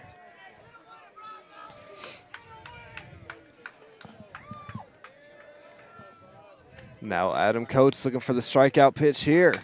That's grounded to Rubalcaba over at short, bobbles it. And that's not something we're used to seeing from Rubalcaba out there at short. A couple of errors for him on the day today, so not his best day out there. Napa's going to have a leadoff base runner. Now batting center fielder. Yeah, it's always rough Andrew watching, Wheat. you know, especially Alvaro making the error because you look at him and it's like, wow, he's such a great defensive shortstop, and he's obviously still is. It's just, you know, errors happen. It's part of the game. Now Andrew Weed up at the plate, the center fielder. So that's poked foul, strike one. Yeah, Rubalcaba is very great defensively, obviously a strong arm. The offense having a great season. He's just, today, I don't know, it just seems to me like today the ball is just not bouncing in any team's favor. We're just getting bad hops all over the field so far today. Yeah, maybe Coach Bobby drug it the opposite way this today or something. I don't know. Maybe he was dragging in thinking, oh, let's see how many errors we can get Alvaro to make today. I hope that was it, but yeah. And the 0-1. So that's tapped foul, strike two. It seems like Connor Dick's gotten a couple hard bounces over there. We've seen Garland take a couple of hard hops. And on the opposite side, Sam Davidson's gotten a number of hard hops over there. One, the daring hit, just a rocket that bounced, I believe, twice, and then shot right up and almost hit him in the head, took his head off right there. He hit right off the shoulder, you know. It's a lot less hurt when it's off the shoulder instead of the face. Bruise either way, but you got to keep that face look at least a little bit pretty out there, yeah, right? You know, there's ladies in the stands here watching the game. Oh, yeah, so it can't look too bad. You can't take one off the face. Ladies in the stands watching the game, ladies watching the game at home as well. Yeah, and tell you, Connor, man, take Connor Dick over at third. It seems like every day at practice there's something. He takes one off the hand, the touch of the finger, something, man. That's why they call it that hot corner, you know? Yeah. The 0-2 from Adam Coates. Foul down the left field line. Count will remain at 0-2. And, you know, if you look at the field as well, a lot of fields you see the cutouts on the corners of the base paths, you know, they're rounded, and here they're kind of just sharp, straight line. So sometimes, you know, that ball hits and you don't know where it's going. That pitch is grounded to Rubalcaba at short. And just going to go to get the easy out at one, as that's going to be one out.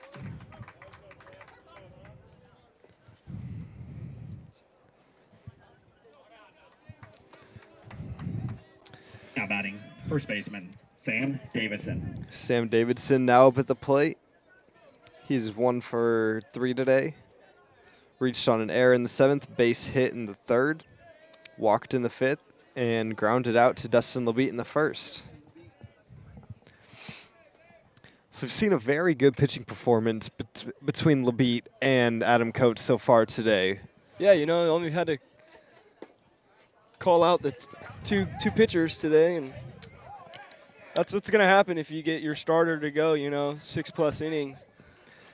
And you get 6+ innings with the bullpen like the Falcons haven't, it's going to be very tough for them to lose games. Yeah. And the pitch, that's going to get in the 3.5 hole. So we're going to have runners at the corners here with 1 out. As it's going to bring up the catcher, Ignacio Diaz.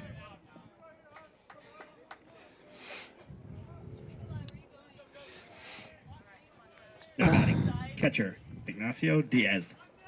Well, first and third here. You know, just pitching to that ground ball here. That's what we need. You've got to be pitching to get another ground ball to Rubalcaba or even to Lenny right here. Get a 4-6-3 or 6-4-3 double play to end the game right here. Great day. Great day.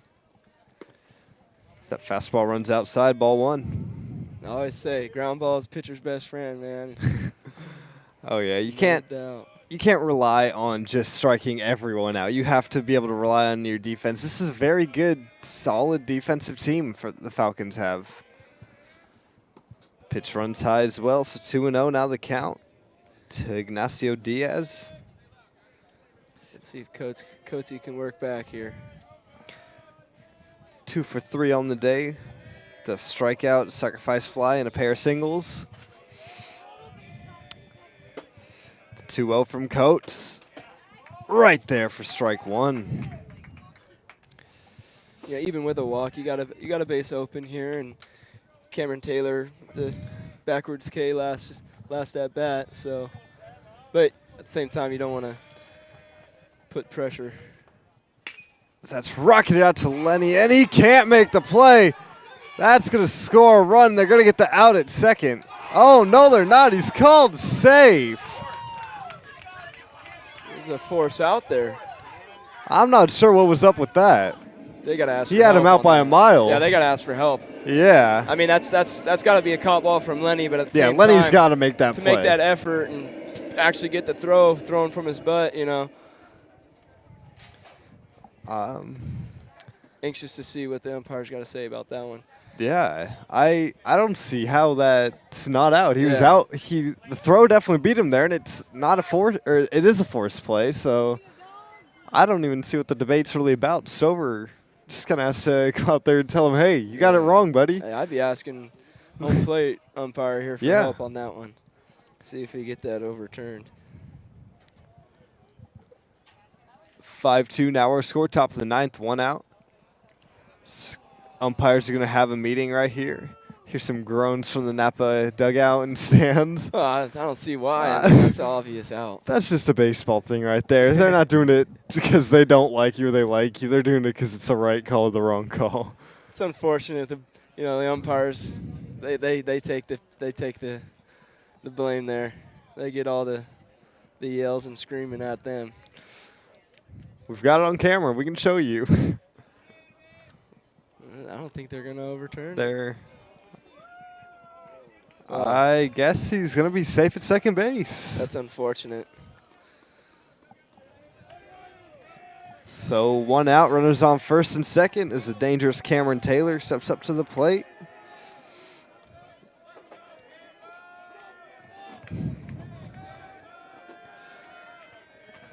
And the pitch, just a bit outside, ball 1. It's a little bit of a sloppy game being played between both teams. A lot of errors, it seems like, between not only the Falcons but Napa as well. Has had a couple of costly errors. I mean, to start off the game, Napa gave up to start that 3-run series in the 3rd inning. They gave up the close play to Connor Dick. Could have gone either way. That call on the walk, and then when Ian Acosta dropped that bunt down, threw it away there, then threw it away again, leaving them. That's just not smart baseball that was played. You know, on an offensive point of view, though, once you put pressure on their defense, you know, good things will happen.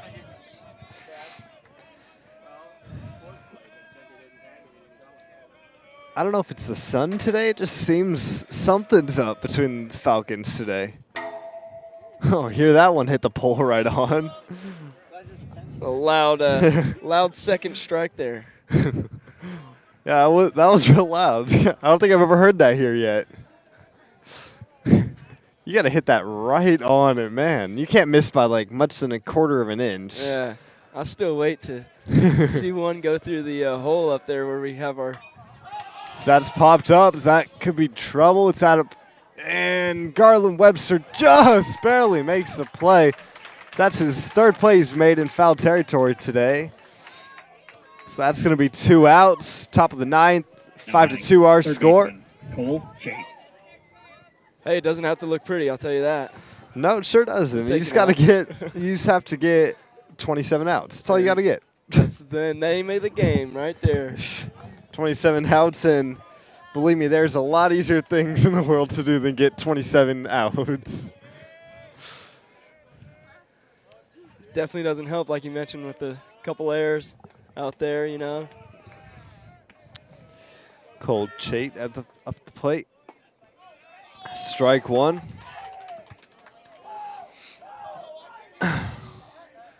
So Chait hit that double in the second inning, was thrown out trying to stretch it into a triple, and struck out, and a pair of ground outs to Rubalcaba. And the 0-1. Oh, just a bit low right there. it's a good breaking ball. Yeah, had him off balance right there. He's done a good job of using his curve, his changeup to keep hitters off balance. I think he had everyone fooled.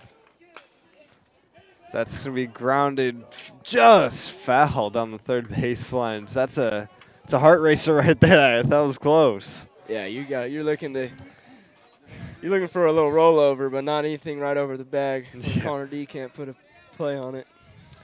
You know, from at least my angle, that looks like it was over the bag. Yeah, it but was definitely close. Hey, I'll take it though. Yeah, I'll take a foul ball, strike two. I'll take a 1-2 count instead of another run being scored and putting this game that much more manageable.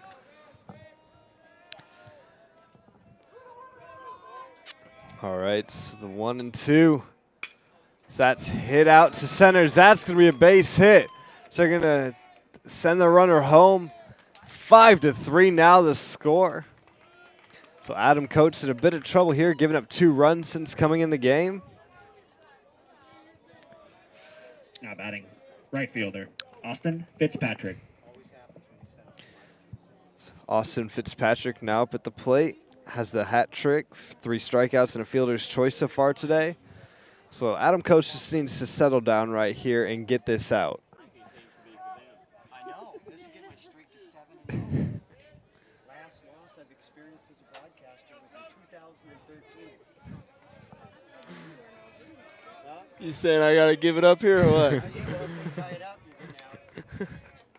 All right, and the first pitch, just a bit high, 1-0.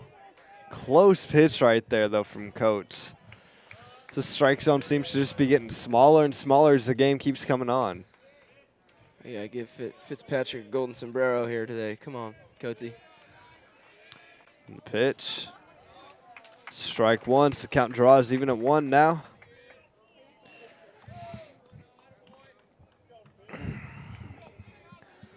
So Austin Fitzpatrick now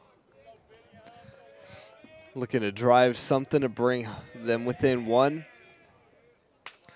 So that's going to be hit to Lenny at second base. And this ballgame is over. Falcons win 5-3. Good BVC matchup today. Falcons move up to 9-3. Sole possession of second place now in the BVC conference, while Napa falls to 8-4. They also draw the season series even at 1 apiece. So we saw a great pitching performance today behind Dustin LeBeat. 6 1/3 innings, 1 earned run. Absolutely dominant out there today. And he, in fact, is going to be our Best Buy player of the game. So we're going to get an interview with him in just a few minutes, and we'll see you then. I think I got some whipped cream for him in the face here. Hi, everybody. Jake Wade here with the Solano College Sports Network, here with our Best Buy player of the game, Dustin LeBeat. Now, Dustin, you threw a great game out there on the mound. 6 1/3 innings pitched, only gave up the 1 earned run. What was the key for you out there today? We had a game plan before the game, like we always do. I stuck with it.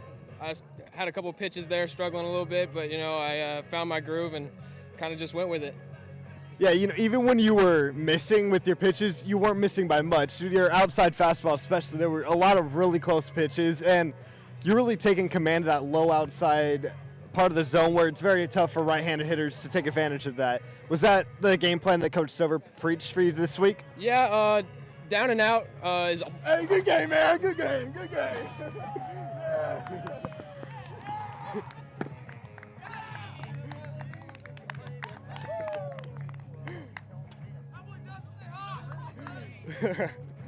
Well, that's our first pie here on Solano College Sports Network. Well, great game today, Dustin. We'll hope to see you do it again next week. Thank you.